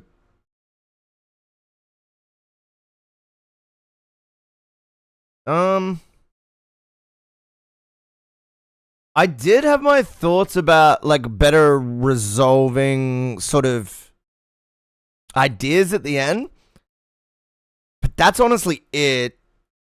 Is just as far as this song does so much so well, and then when it got to the end, I thought to myself, this is a cool riff and it sounds great. But I wonder if it can be like epitomized or like finalized in a way that's more satisfying writing wise. Just an idea though. I don't really have much for you. I think this is really, really nice. This is probably my favorite, like the most favorite thing you've ever sent me. Just the mix quality and the writing direction is so epic. Yeah, I'm not even super confident about changing the end, but it is the only point in the whole song where I questioned like anything. Yeah, so that's all I got for you, man, is like maybe there's a better way to finish it off just from a crescendo and writing perspective. But I really love everything about this, honestly. Like the ideas are just flowing. I love your approach to lo-fi. Maybe not even harder though. I'm thinking like any extremeness, like more beautiful or like maybe more detailed. Like you could take any sort of road to satisfying this idea I'm bringing up. It could be like more subtle, like maybe it just drops everything and turns into some beautiful fucking piano outro or some shit, you know, but like nothing specific do I really have in the way of ideas, but rather just this premise that I think there could be maybe some better ways to finish it. But that said, my favorite thing that I've heard from you. So like fantastic work. You've done really well. I love the mix, love the production, and the songwriting is epic too, man. W, man. W.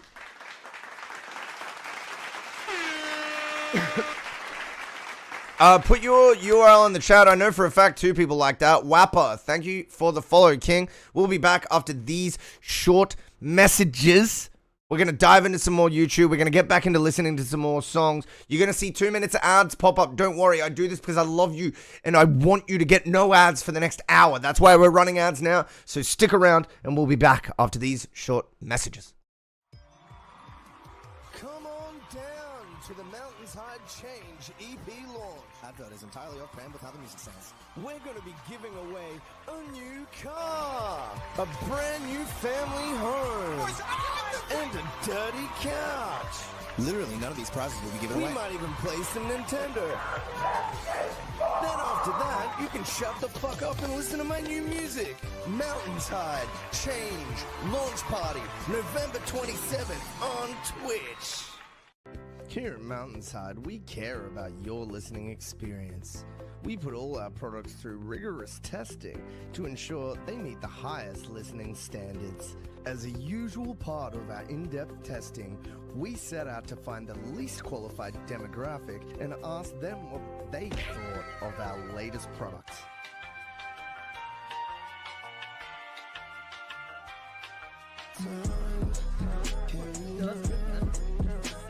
He's actually fucking... It's hyping release. The beat sounds sick, and your vocals are so good. You better fucking join and drop that fire mix, my guy. Oh, there he is. Hey, where's the third song? Come on, mate. Honestly, it hyped me off.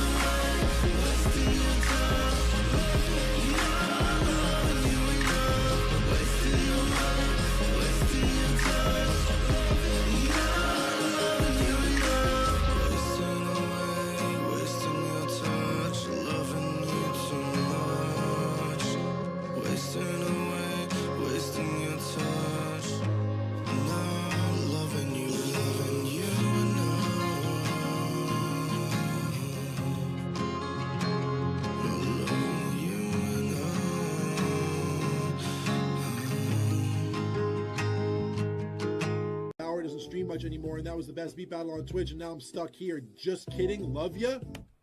Do you want to get banned for the rest of your fucking...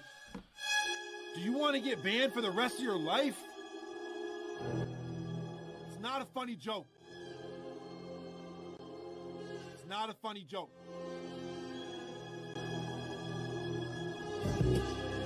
I'm done with the billions I'm making, mindless, alone, mindless, alone.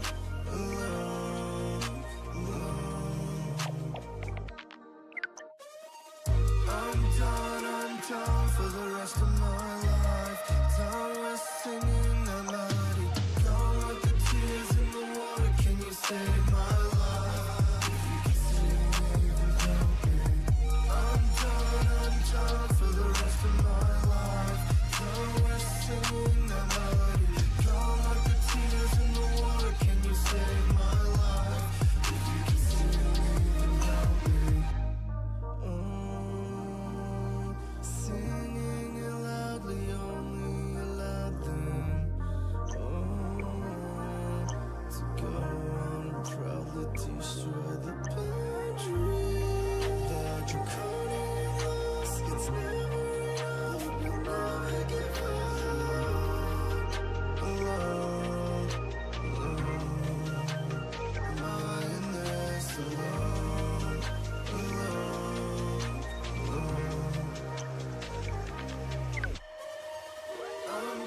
I'm done for the rest of my life. Done with singing the melody. Done with the tears in the water. Can you save my life? If you can save me. Whoa! Oh, we back.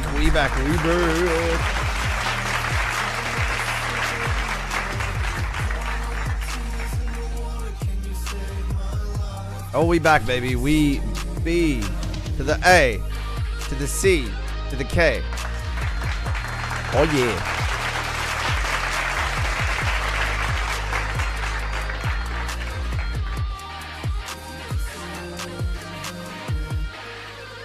Oh. Ah. Okay.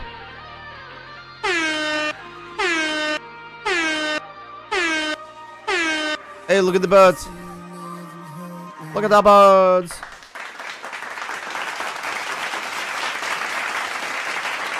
Let's get a done remix battle. What? And then have the same shit that happened last time where I'm like, yo, don't release it officially. And then there's like a shit ton of official remixes that just sound like shit. I'm not going to be naming names, but yeah, that's why I'm kind of careful with my official like stems. Also, the last like MountainsHide ranked we had, I quite literally did the drums, and there were like 2 people being like, "These drums are tough. These drums are difficult." Like, bruh, tell me you're not capable as a producer. Like, because you may want to make the same argument for boring drums, but if you're not a fucking moron, you'll listen to the song they're in and realize that they were dealt with at a high level. So, like, yeah, it's a multifaceted issue where, like, A, people aren't really capable, and B, they're not really capable. Like, that's why I'm careful with my stems. I think it's basically, you stand to lose more than you gain from just chucking your samples out there. Like, absolutely. You stand to lose way more. Because what people will do is they'll be dog shit musicians, they'll slap your name on it for clout, and they'll release absolute slop. Yeah. Anyways, that's what's happened to me. That's what's happened to me.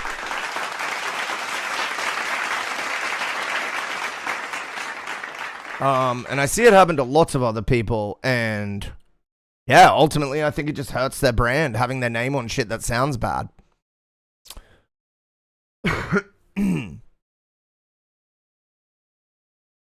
All right. We got Vampire, Glass Garden, Into the Night. Let's run it.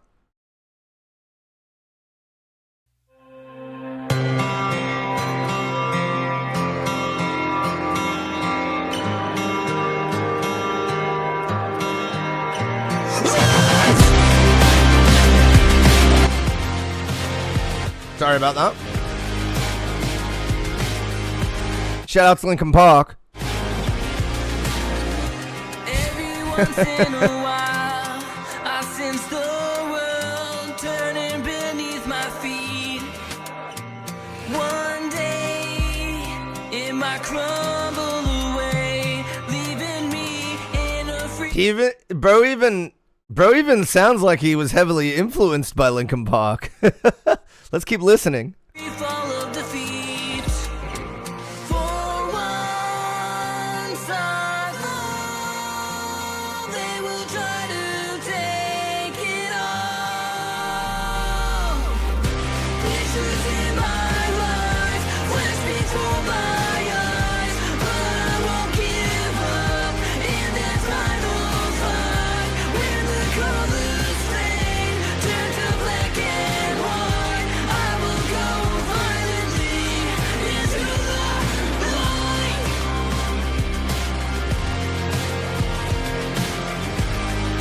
I like this song, man. I think slight drum production and then overall mix feedback. I just want the drums to cut through more. I don't really have any issues with the songwriting. I think all the vocals are in the right place, and it's landing from like a crescendo perspective. But I do want an improved mix, and I want some. I think the sample and or virtual instrument changes on the drums would be an improvement. It's not that they're like quote unquote wrong. It's just I think there's like more improved drum sounds that fit this specific style to aim for. Yeah, production replacement or like a bit of change up on the drum sound. And I think just overall mix, like getting the drums and the bass locked in, getting the guitars to sit on top of that, but not in front of the vocals. Yeah, it's kind of hard to mix, like similar to the way, dude, they work with like Linkin Park in particular, Andy Wallace, one of the best rock mix engineers of all time. Like, it's just like the ceiling for this shit is insane. So don't beat yourself up about it because it's really difficult. One thing you do have working for you though is you're using not a real kit. So it's way easier to control in that sense. Let's keep listening.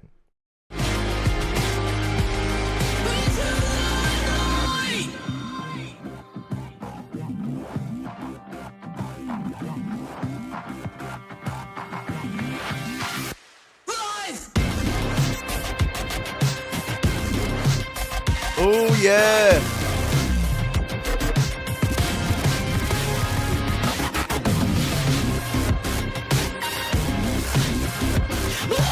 Was having a hard go with the bundle of sound layers he was weaving. Yeah.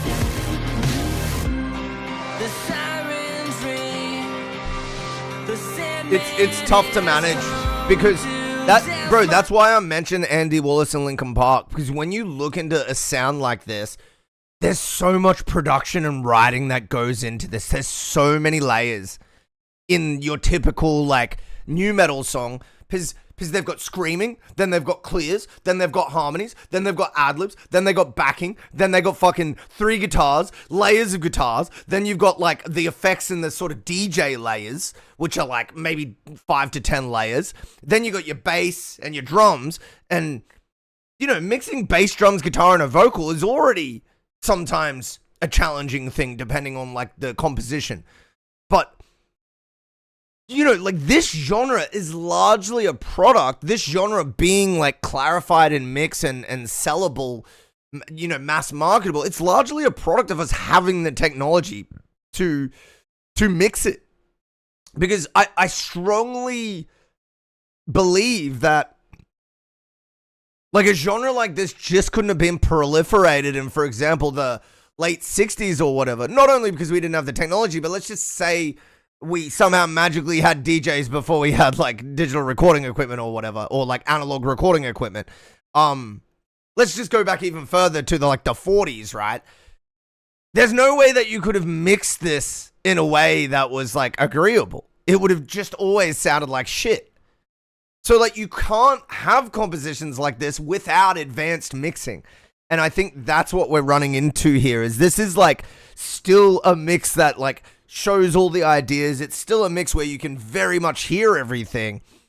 But just as a product of how layered and complex the mixes can get in this genre, I think is like what we're running into. Let's keep listening, though.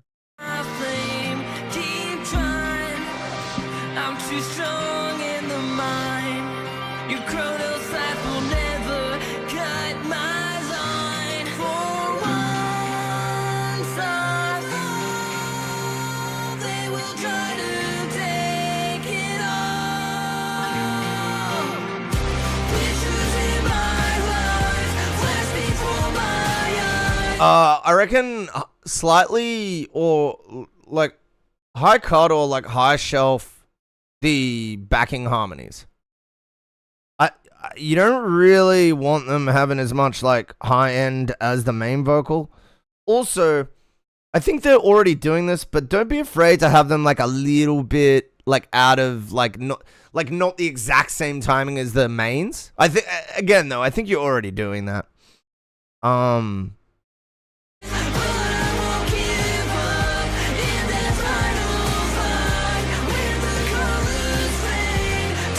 Yeah, kick and snare need to cut through a bit more. That will have to be negotiated with the main vocal. That's what you're going to find is sort of arguing with it. Wait, kick and snare. Did I say kick and bass? I meant kick and snare.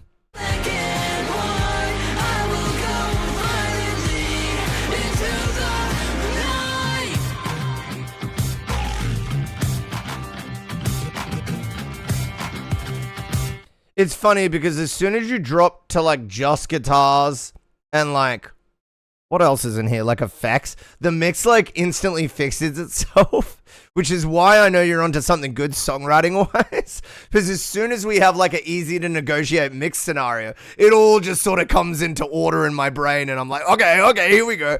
Yeah, and then it gets a bit messy as we get into the chorus. Dude, the vocals are fucking cool on this. I got to admit, I feel like once these are mixed, that like will continue to be worked on moving forward. This song is it's really gonna have its own legs. Like, it's just got such a easy to read like rock, nu metal, but modernized sort of intention behind it. And that's speaking to me already. Even though I don't feel like the mix is complete, it's already speaking to me in that sort of way. So I've just got to congratulate you on like building from a compositional perspective something that's clear and accessible, and I can understand it like so easily that I'm like instantly involved in the sort of the progression of the story of the song.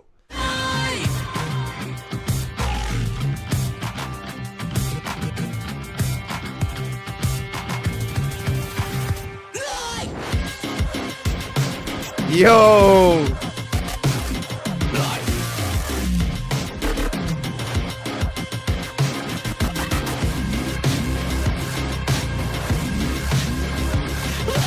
Yeah, I definitely felt a lack of impact coming into that. I think it's largely like the kick and the snare stuff that I'm talking about. Yeah. I gotta say, that's probably like the main two things. This will be the single off the EP, 4-song EP, goated, man. Yeah, I gotta work on getting my next EP out. Goblins cling to flesh, tearing at what's left, dragging me down that hole. Yeah, I reckon pull the harmonies back a little on that top, like on that mid-range tip. Like if we pull down the mid-range, I feel like you'll notice them scooch into space like behind your vocal, but they still kind of cut through. Yeah, for my taste, those harmonies, they're just cutting through too much. They don't sound like main vocals, like they're not taking over the main vocals, but they're just a little too distracting in the high middle frequency, which is like that main space that we, resonate vocals with. Also the middle range is the main space as well, but yeah, these particular harmonies are cutting through in that. Actually, I think it's both. I think they're cutting through a little too much in the middle frequency and the high mid frequency. But all that'll need is like a high mid shelf or maybe a bell with like a generous Q in the like middle frequency somewhere. Just nothing crazy though. Cool night burns like ice, dark look, show mercy on my soul. Pictures in my life, flash before my eyes. Ooh. That last chorus vibe.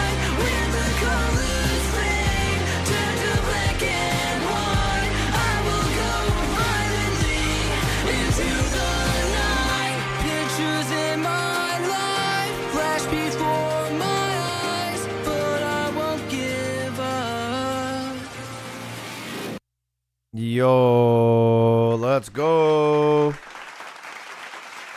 Let's go. Yeah, dude. New metal banger definitely has potential. I really like the storytelling and the clear like narrative. My issue is just with mix and then maybe a little bit on the drum production. Yeah, so overall mix and then maybe a little bit of drum production feedback. That's really it. That's really it, man. I enjoyed my listen, man. I got a soft spot for this, like, corny fucking new metal shit as well. Like, I kind of love it. Like, I don't know, something just about those roaring power chords and the fucking octave chords that often come along with them and stuff. Like, the effects and like the more sort of like technical kind of like electronic like beats that happen in the chorus and stuff, and like the DJ effects that happen in the chorus, and then it comes back to like that heavy rock vibe, in the verse, and then it comes back to the heavy rock vibe in the chorus. Yeah, that's my shit, man. Thank you for the submission. Oh yeah, oh yeah, oh yeah. All right, all right. Really short amount of time, like. All right. Let's. I didn't even press play on this. What the fuck? I do love new metal with the changes. Yup. Yeah, man. The longer I've taken a break from, because new metal is essentially what introduced me to like rock music and any amount of alternative music that I'd started listening to back in the day. Like it basically went like this. I was like, I hate mainstream music. And my brother was like, you don't know much about music. And I was like, well, show me something then. And he's like, all right, listen to these bands. And he showed me like, just all your main bands like Linkin Park, System of a Down, Rage Against the Machine. He was like, listen to some of these and get back to me. And then I listened to those and I was like, actually, no, you're right. It was hip hop first. I listened to Eminem and shit. And then it was that stage. And then from there, I went into emo and like started doing band stuff. So that was all like ages 15 or 16. All right, what do we got here? Bringing up the goddamn. Oh yeah, what? Have you guys seen World Monitor?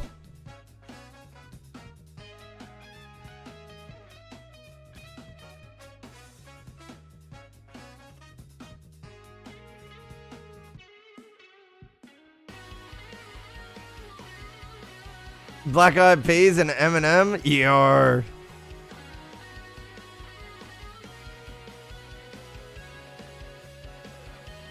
have you seen World Monitor, gang? Yo, fuck. Wait. I don't listen to the main news outlets, dog.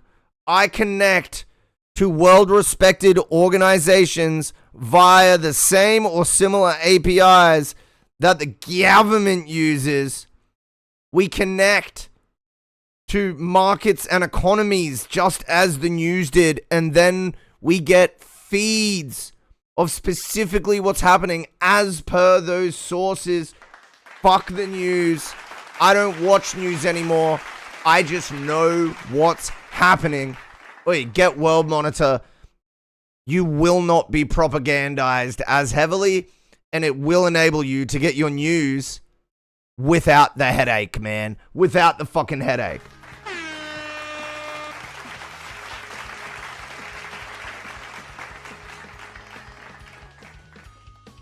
Fuck the news. I just know things now. Exactly. Will I be equally depressed? No, not at all, because there's zero, like, propagandizing or, like there's no, like, fear-mongering in this source of news. It's literally like, yo, what is happening in the world today? What is happening with tech readiness? What is happening with economic indicators? With regards to oil, for example. You know, stuff that would normally get you depressed.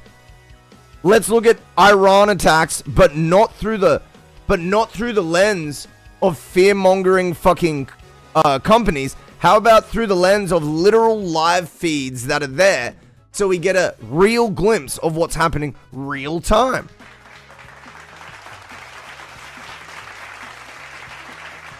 If we look, breaking and confirmed news regarding war. Oh, wait. Where's the war one? Where's the war one? Anyways, you get the point. This is lots better than absorbing the garbage they feed us. Lots more informative, and it's not as nearly as depressing. That's what I'm saying. It's not nearly as depressing.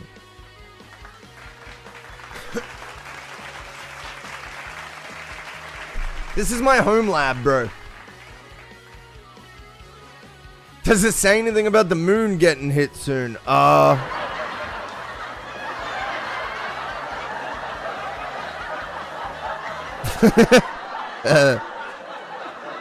quite. Not quite. Yeah, this is what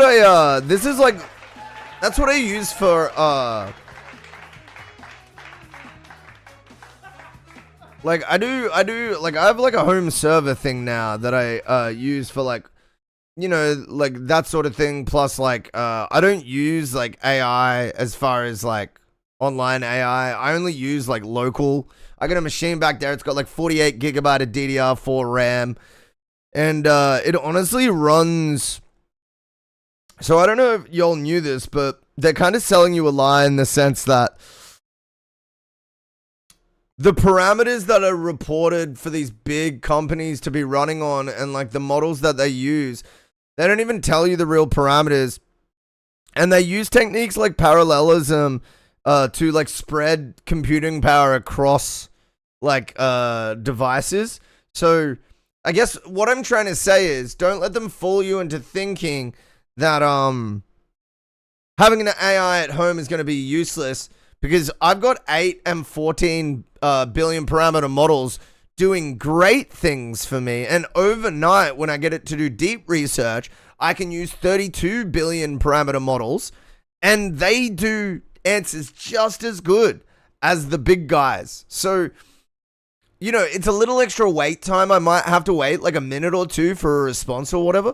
But at the end of the day, it gives me advocacy as an individual. It creates more fundamental hardware advocacy in the industry. I'm supporting the right way of using AI, which is not giant civilization ruining data centers, but just using home computer completely fine. And beyond that, I'm using the AI in a way that does not endorse the stealing of data. It does not endorse, I'm using models that either do not steal, or I'm using the models that have maybe been accused of stealing, but I'm only using them for code. I'm only using them for like ethical, real, functionable reasons.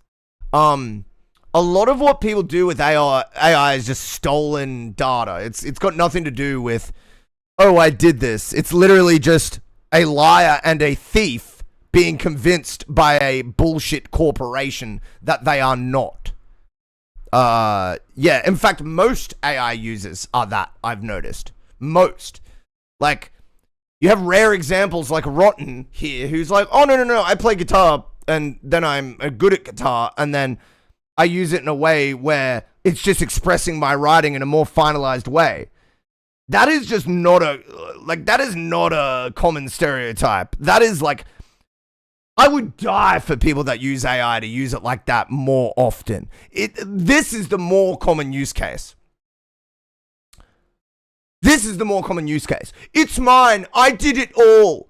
And it's literally just a printed, just straight printed. They've chosen 5 options. They've essentially gone to Subway and then pretended they made the bread. Oh, what up, Ron? I was just saying how different and like ethical your use of AI is compared to most people's. Yeah. W Rotten. Yeah, man. It's like it's like more people need to fucking. I bring my own bread to Subway. Yeah, but where did you get the bread from? Did you make it? Because if you made it at home, well, fuck, you made the bread, bro. I ain't gonna argue with that. If you're bringing your own bread, then Subway can only take accountability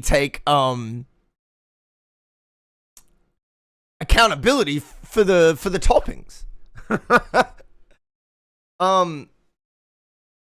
Most doors evolve to pay to play, buying sounds and stems and VST. Bullshit. Everything I've got I own, and there are so many good VSTs that are free. Yeah, that's a lie. They're not pay to play at all. That's a meme. What do you mean? There are so many great things you can do with like a trial door and free plugins. They got the bread from Brad. Fucking Brad. Fucking Brad. I don't even pay attention. Hey, I like that. That's a good play. That's a good play on words, play on sentences. What do you call that type of joke? Where you take someone saying like a word and then you use the word to mean something like different, like Is that got a name? Interesting. Oh, my back. My goddamn back. Most of the popular sounds that became mainstream were definitely pay to play in dubstep, especially in dubstep. Oh, no. I could create like a song that was comparable to a trending dubstep song completely for free just by visiting Reddit and getting free samples. Like, legit. Plus, you can just screen capture the sound from fucking Splice. So, like, they're not doing much to stop you. A pun. Yeah, it's just a pun, isn't it? It's just a pun.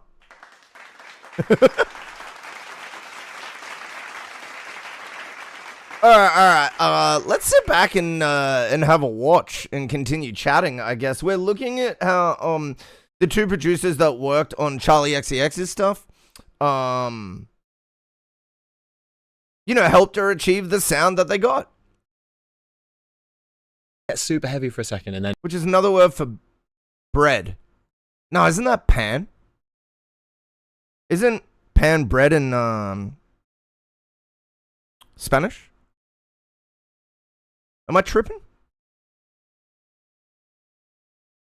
Like, oh, it's back to the song, you know? Yeah. And so, as Alex was saying, this sort of, all this is very mono, all in the middle, no panning. And then just a left and right. Suddenly it gets super wide on these 2 guitars going through the Englishman. And then this is how we did the chop. I just pulled it in. We just used the really basic sort of Logic loop function here. Yeah, and once again, kind of out of time-ish. Is that one off the grid? It's just sort of on the grid, but Yeah, a weird just on the slice, grid. like Yeah, a weird point in the. So you're feeling that you're feeling that looping and clicking. Yeah, 'cause I think initially it was just, Rock music. you know, just did that. Now we're making rock music.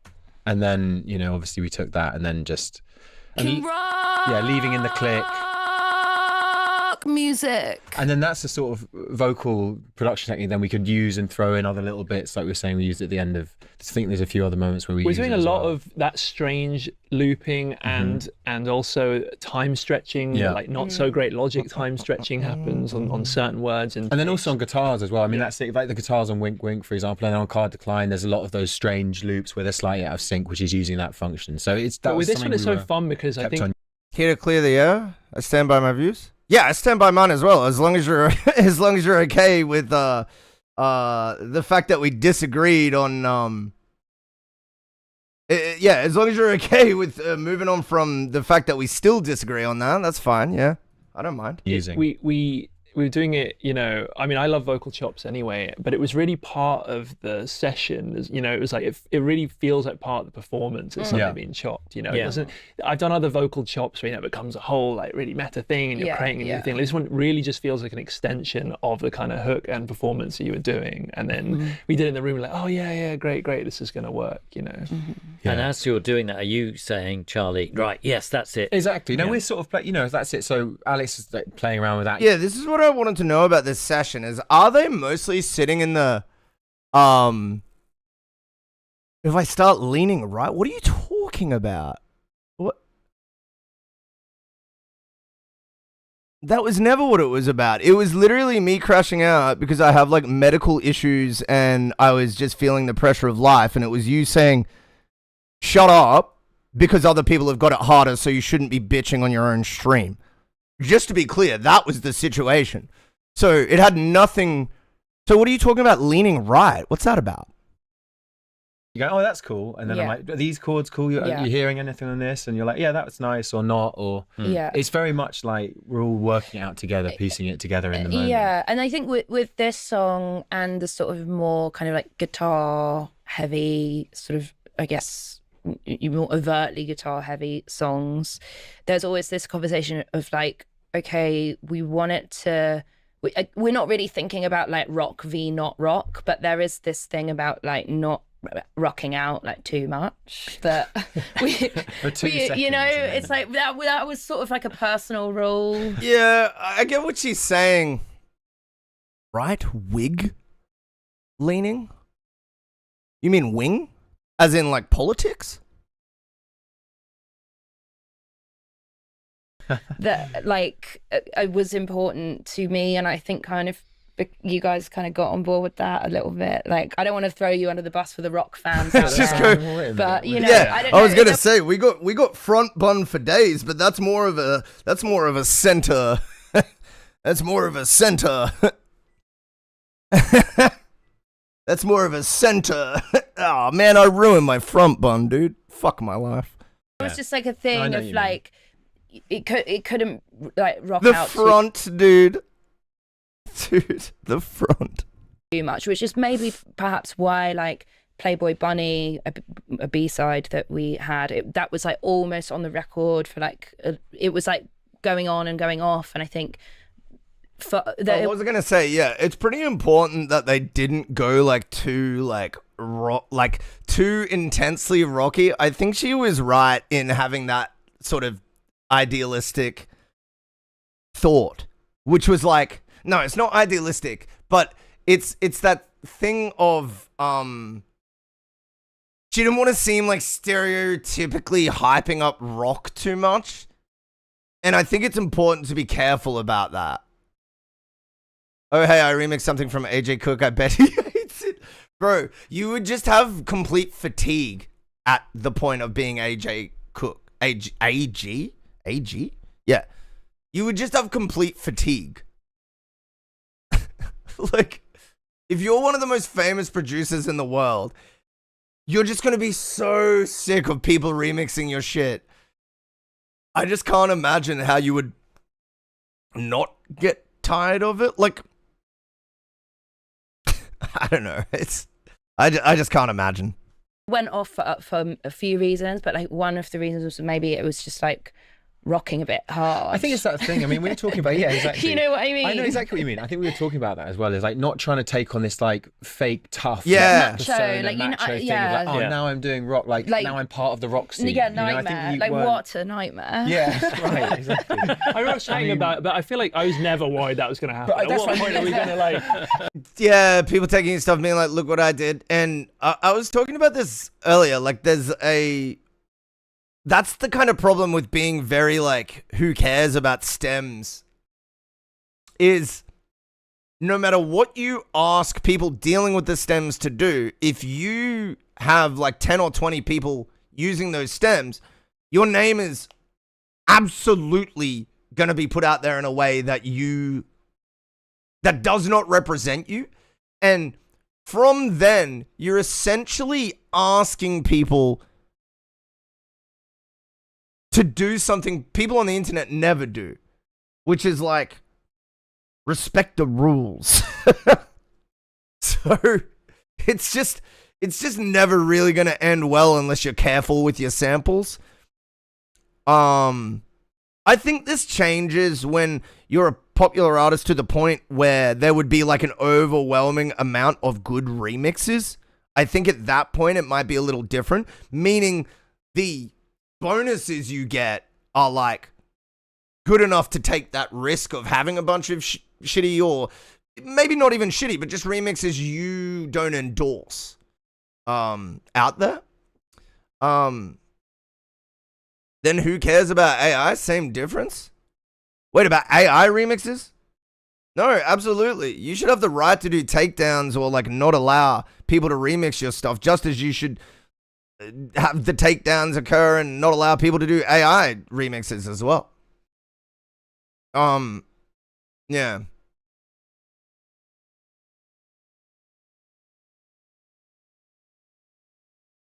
We're all sharing. Sharing isn't theft. They're two different things. Yeah, don't conflate the two. There's cases of fair sharing, and then there's cases of like obvious theft and data mining through mechanisms that do not represent human influence or human learning or human creativity. You know, the argument that AI data sets act like human influence is insane. If you understand IT and you understand how these models work, it is not like human influence. No. It's the cumulative like pattern itself, not like any certain basic notion of the pattern. So like, for example, like Simple Plan can't copyright or say they own like boopa tap, boopa tap, boopa tap. But when you put like a specific thing on top of that, and then a specific harmony on top of that guitar, and then you put a specific bass line on top of that, and then you put a specific vocal on top of that, that's when you have a situation where it's like, oh, that is theirs. Like, yeah, it's influenced, but it's theirs. So there is I think a complexity to this conversation that's being left out. Let's keep watching though. I am interested with these guys. You never know. With you on drums, yeah, Alex, exactly. anything can happen, You were going pretty hard off. there, like.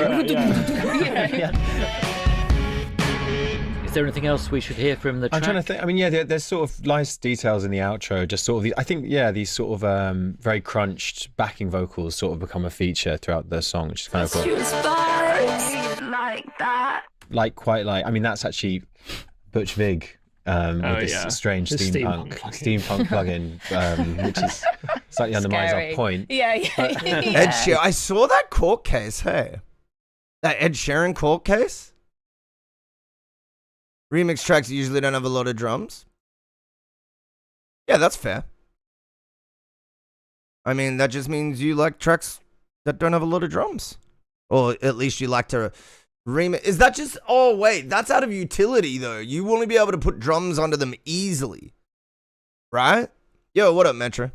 Anyways, that's a smart way to choose what you remix, Root Pie. That's just a diligent remixer at work. Like if you're choosing tracks that already have like room in them, for something you're going to add. That's just a good way of approaching like remixing things. Will they feel unfinished, Imo? Yeah, that's cool. That's like your gift as a producer and a songwriter to like sort of, you know, enhance them in whatever way you feel is good. And like if those tracks blew up, if your remixes blew up and they didn't like what you'd done, they would issue you a takedown notice. That or if they did like it, they'd still be reaching out to you to negotiate a deal.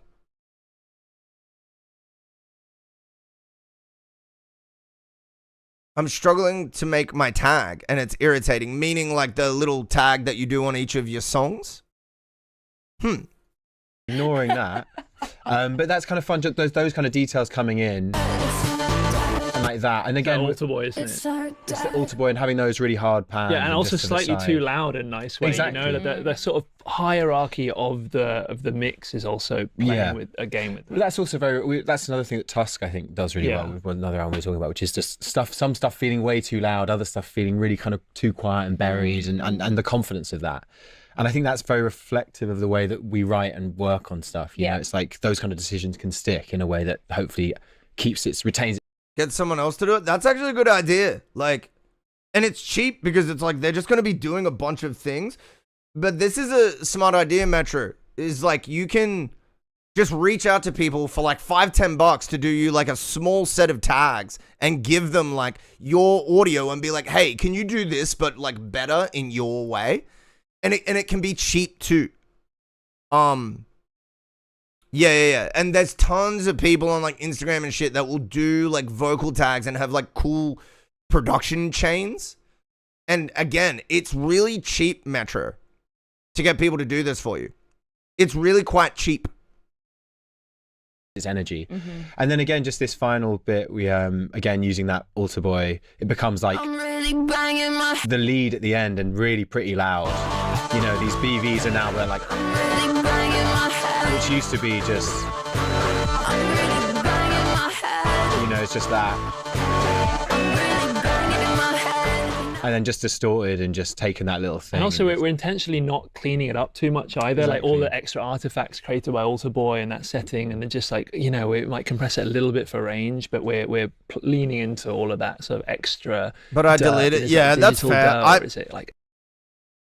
I stopped listening to Kanye not because I didn't like his music, but because I was sick of his bullshit and didn't want to support someone like that. And, you know, it may only be a drop in the ocean of Kanye supporters, but I don't care. Like, me owning a home lab and refusing to use online AI is also a drop in the ocean. But I'm not going to, like, sacrifice my morals and my ethics of who I support just because it's not necessarily going to be done by everyone else, right? I'm just going to do it because that's... I want to act ethically on who I listen to and who I support, right? So yeah. It's like very besides the point when people try to tell me like, oh, that's not going to do anything. Okay, well, you know, at least I stood on business and, you know, believed in what I believed in. Yeah, I'm kind of out on Kanye. Like, it's annoying because I really like his music. I genuinely really have liked most of his music. But I just can't support someone like that. And I know he's already apologized and said, like, mental health, da-da-da-da-da. But at this point, I'm just like, bruh.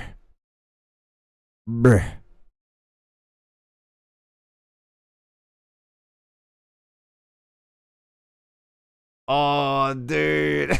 What podcast was it, Root Pie?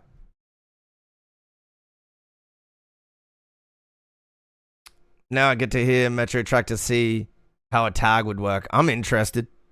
Analog doesn't really matter, right? That's what's fun about it. Like it's I think a lot of other tracks tend to try and bring them all into like one world, you know, and this is like letting the parts stick out, you know. Yeah, and then we got this other just final guitar part. I mean, there's really no parts at all, but then it's just. Oh, it was NPR, got you. You did say Alex that, is sort of riding this cool reverb it's a unit. Chase Bliss like do it CXM reverb pedal. We have these huge kind of faders on it, you know. So even that is kind of unstable, even though it's a kind of. But it's like, and I was sort of like doing a very sort of harmonic pick sort of on it. Horrible. But yeah. It sort of has that sound where you kind of, again, you might you get a sort of messy note where some of them are clean and then other ones have this small harmonic that kind of kicks in when I don't quite hit the string right, and just kind of preserving all those kind of details.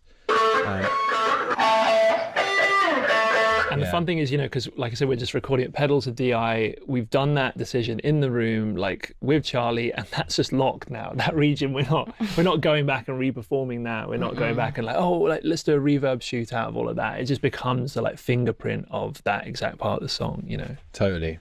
And then just the details of the synth in the second heavy drop is just we have this again, this really clipped. It's kind of shitty how she can't see the screen, because I feel like it would be good to have Charlie pointing things out for them to investigate occasionally.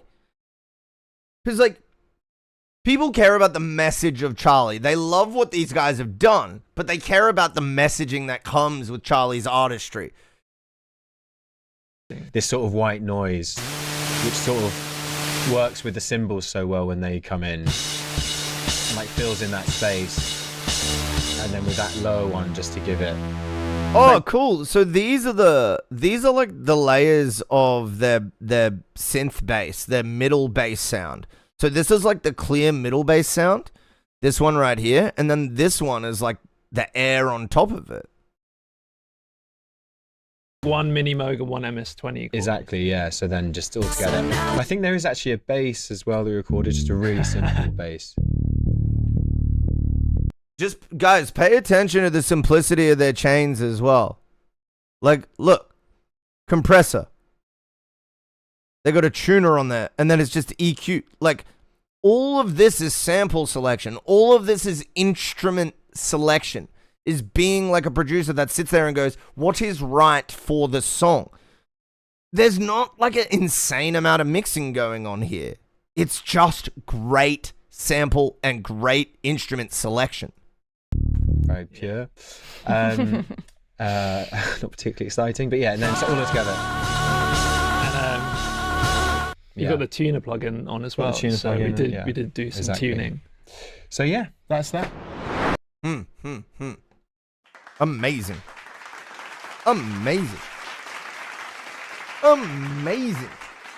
I enjoyed my watch. Did auto-tune ruin music? Absolutely not. No, I can already... I'm looking at this thumbnail and do you ever just read a thumbnail so stupid that you're like, well, I'm not watching that. Well, that's wrong. Because that's what I'm getting with that thumbnail, dude. That is what I'm getting. Ooh-wee. All right, well... have a look here. We got a bit of music to play. We got well, it's looking to be one last song before we wrap things up. I want to thank you guys for being here. It's been a good stream, man. I got stuff to do, people to see, man about a dog and all that stuff. I will be back tomorrow for more music, more memes. I hope you enjoyed your stay. That's what I'm, yeah, exactly. That's why it's that's what I was saying. I'm like, no, it just another vocal effect. I mean, what the fuck? Did saturators ruin music? What the fuck? Did the loudness war ruin music? I mean, I would say that's an even better argument, but still wrong. Alright, we're doing it. Thank you for being here, guys. We got one last song to play. It's Bad Conduct. Mr. Beat with Curl Lab. Let's do it. Only tape saturated. Thank you for being here, guys. We're gonna raid out. Stick around for the raid.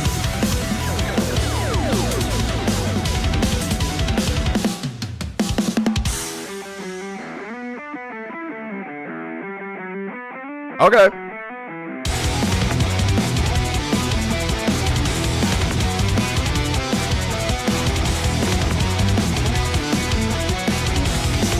Okay.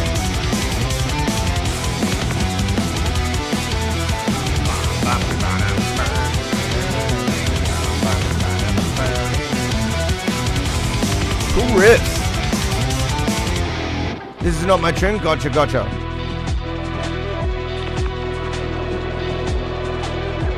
Wait, what's your role in this? Did you like mix it for them or something?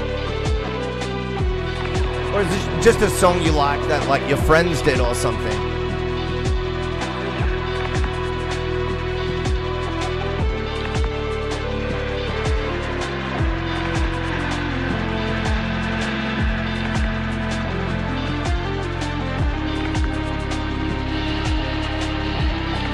It's not what I sent? Perhaps the universe is a vast stage on which the history of creation is still being acted out.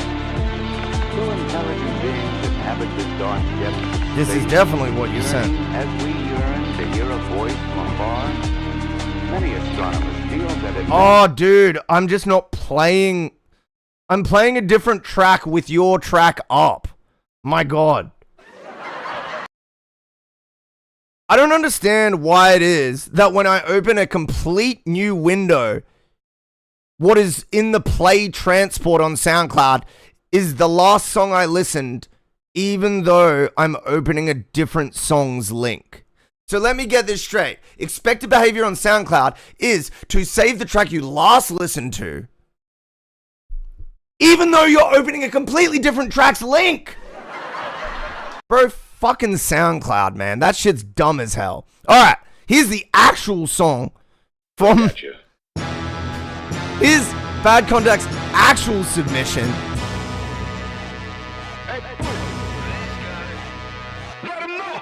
My flows were built in pyramids, there's lyricists with this in my spits. With the shit all conscious, they're the wizard, no nonsense with it. Lost my head off the top of my neck, showing off the chicks, fully stacked it. Thank you for being here, guys. Twisted headless, but it's me, the challenge of this and me. So swerving defeat, submerging the seas, the label to speak. We're gonna raid out to Walt Whistle. Burning with urgency, steeping when we creep up on the beach just like an herbal tea. Please do not attempt to match the heat, we bring it third degree. Me and Conic brought a friend, and we're excited you can meet. Hey man, I'm the rhythm. Please tell me that Let's you're go. Hey, Mr. Rhythm, I'm the beat. Finally nice to meet someone who completes me. We can boogie oogie if you need. Looking where the wild, what we wanted ways. So saw 7 shepherds and we squandered days. Though I was a mild child, ever wild-minded. My prime is a wide side and still I can't find it. Split-minded helps writing what's sublime concept. But oftentimes I pull rhymes that define nonsense. Sorry, I'm over-explaining my over-sensitivities. Trauma bears. I love that bass line. That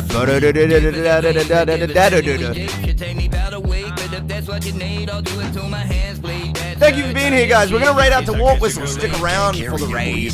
Now. And if your bag breaks, babies, I'll be lying down. Or grow up, he was whining, and look at you, you crying now. Either become sommelier to drown yourself in wine now, or go and do sommelier, go and blow your mind out. Definitely distinct definition, deploying destination, effortlessly elevate, epically demonic droves of dwarves who drunk drove here. Gathering giants great with groans, growing gate, gargantuan mountains, mixing drugs, drinking dopamine, mean, malice, micro meditation, manipulates. When I bounce on the beat like a basketball court, the bastards retort me. Oh, we're out, man. Too late. We'll be back tomorrow. I rock it. I roll it. I'm laxing. We wax it. Choking. And cracking. Shit open. I rock it. I roll it. We lax it. Then potent. We wax it. Then choking. And cracking. Shit open. Haters all just doomsayers. Let's go. Downpour, looking like human torches, bringing out my super storm. Reach. Late by 4 minutes. I mean, I've been live for 2 hours, almost 3 hours. But yeah, sure, late by 4 minutes. We'll go with that. I'll see you on the next one, guys. Thank you for being here. Stick around for the raid. I'm on the mind of miracles, mirror the main line. Pocket full of proton bombs that shine long after they die, and that's why. The little riddles you're spinning just too literal. Hit of your burns, pitiful piddles instead of criminal verses. So ephemeral, leave them rocking curses. Calling shock and got them rotten, bitch, will zipped up in the hearses. What you utter, cause muttering so gurgle. The straight guttural, sorry brother, no meant to be hurtful. But when we spit on the track, we always urge that it's wordful. Say that I ain't do that, like our surname was Urkel. I'm a berserker, need some evidence. Rage and irreverence, left of all embellishments, death to the irrelevance. Just for the hell of it, bad and collab. Grab a one, cast a spell on it, we be telling it. It's your decision if you want it with precision to listen. We can get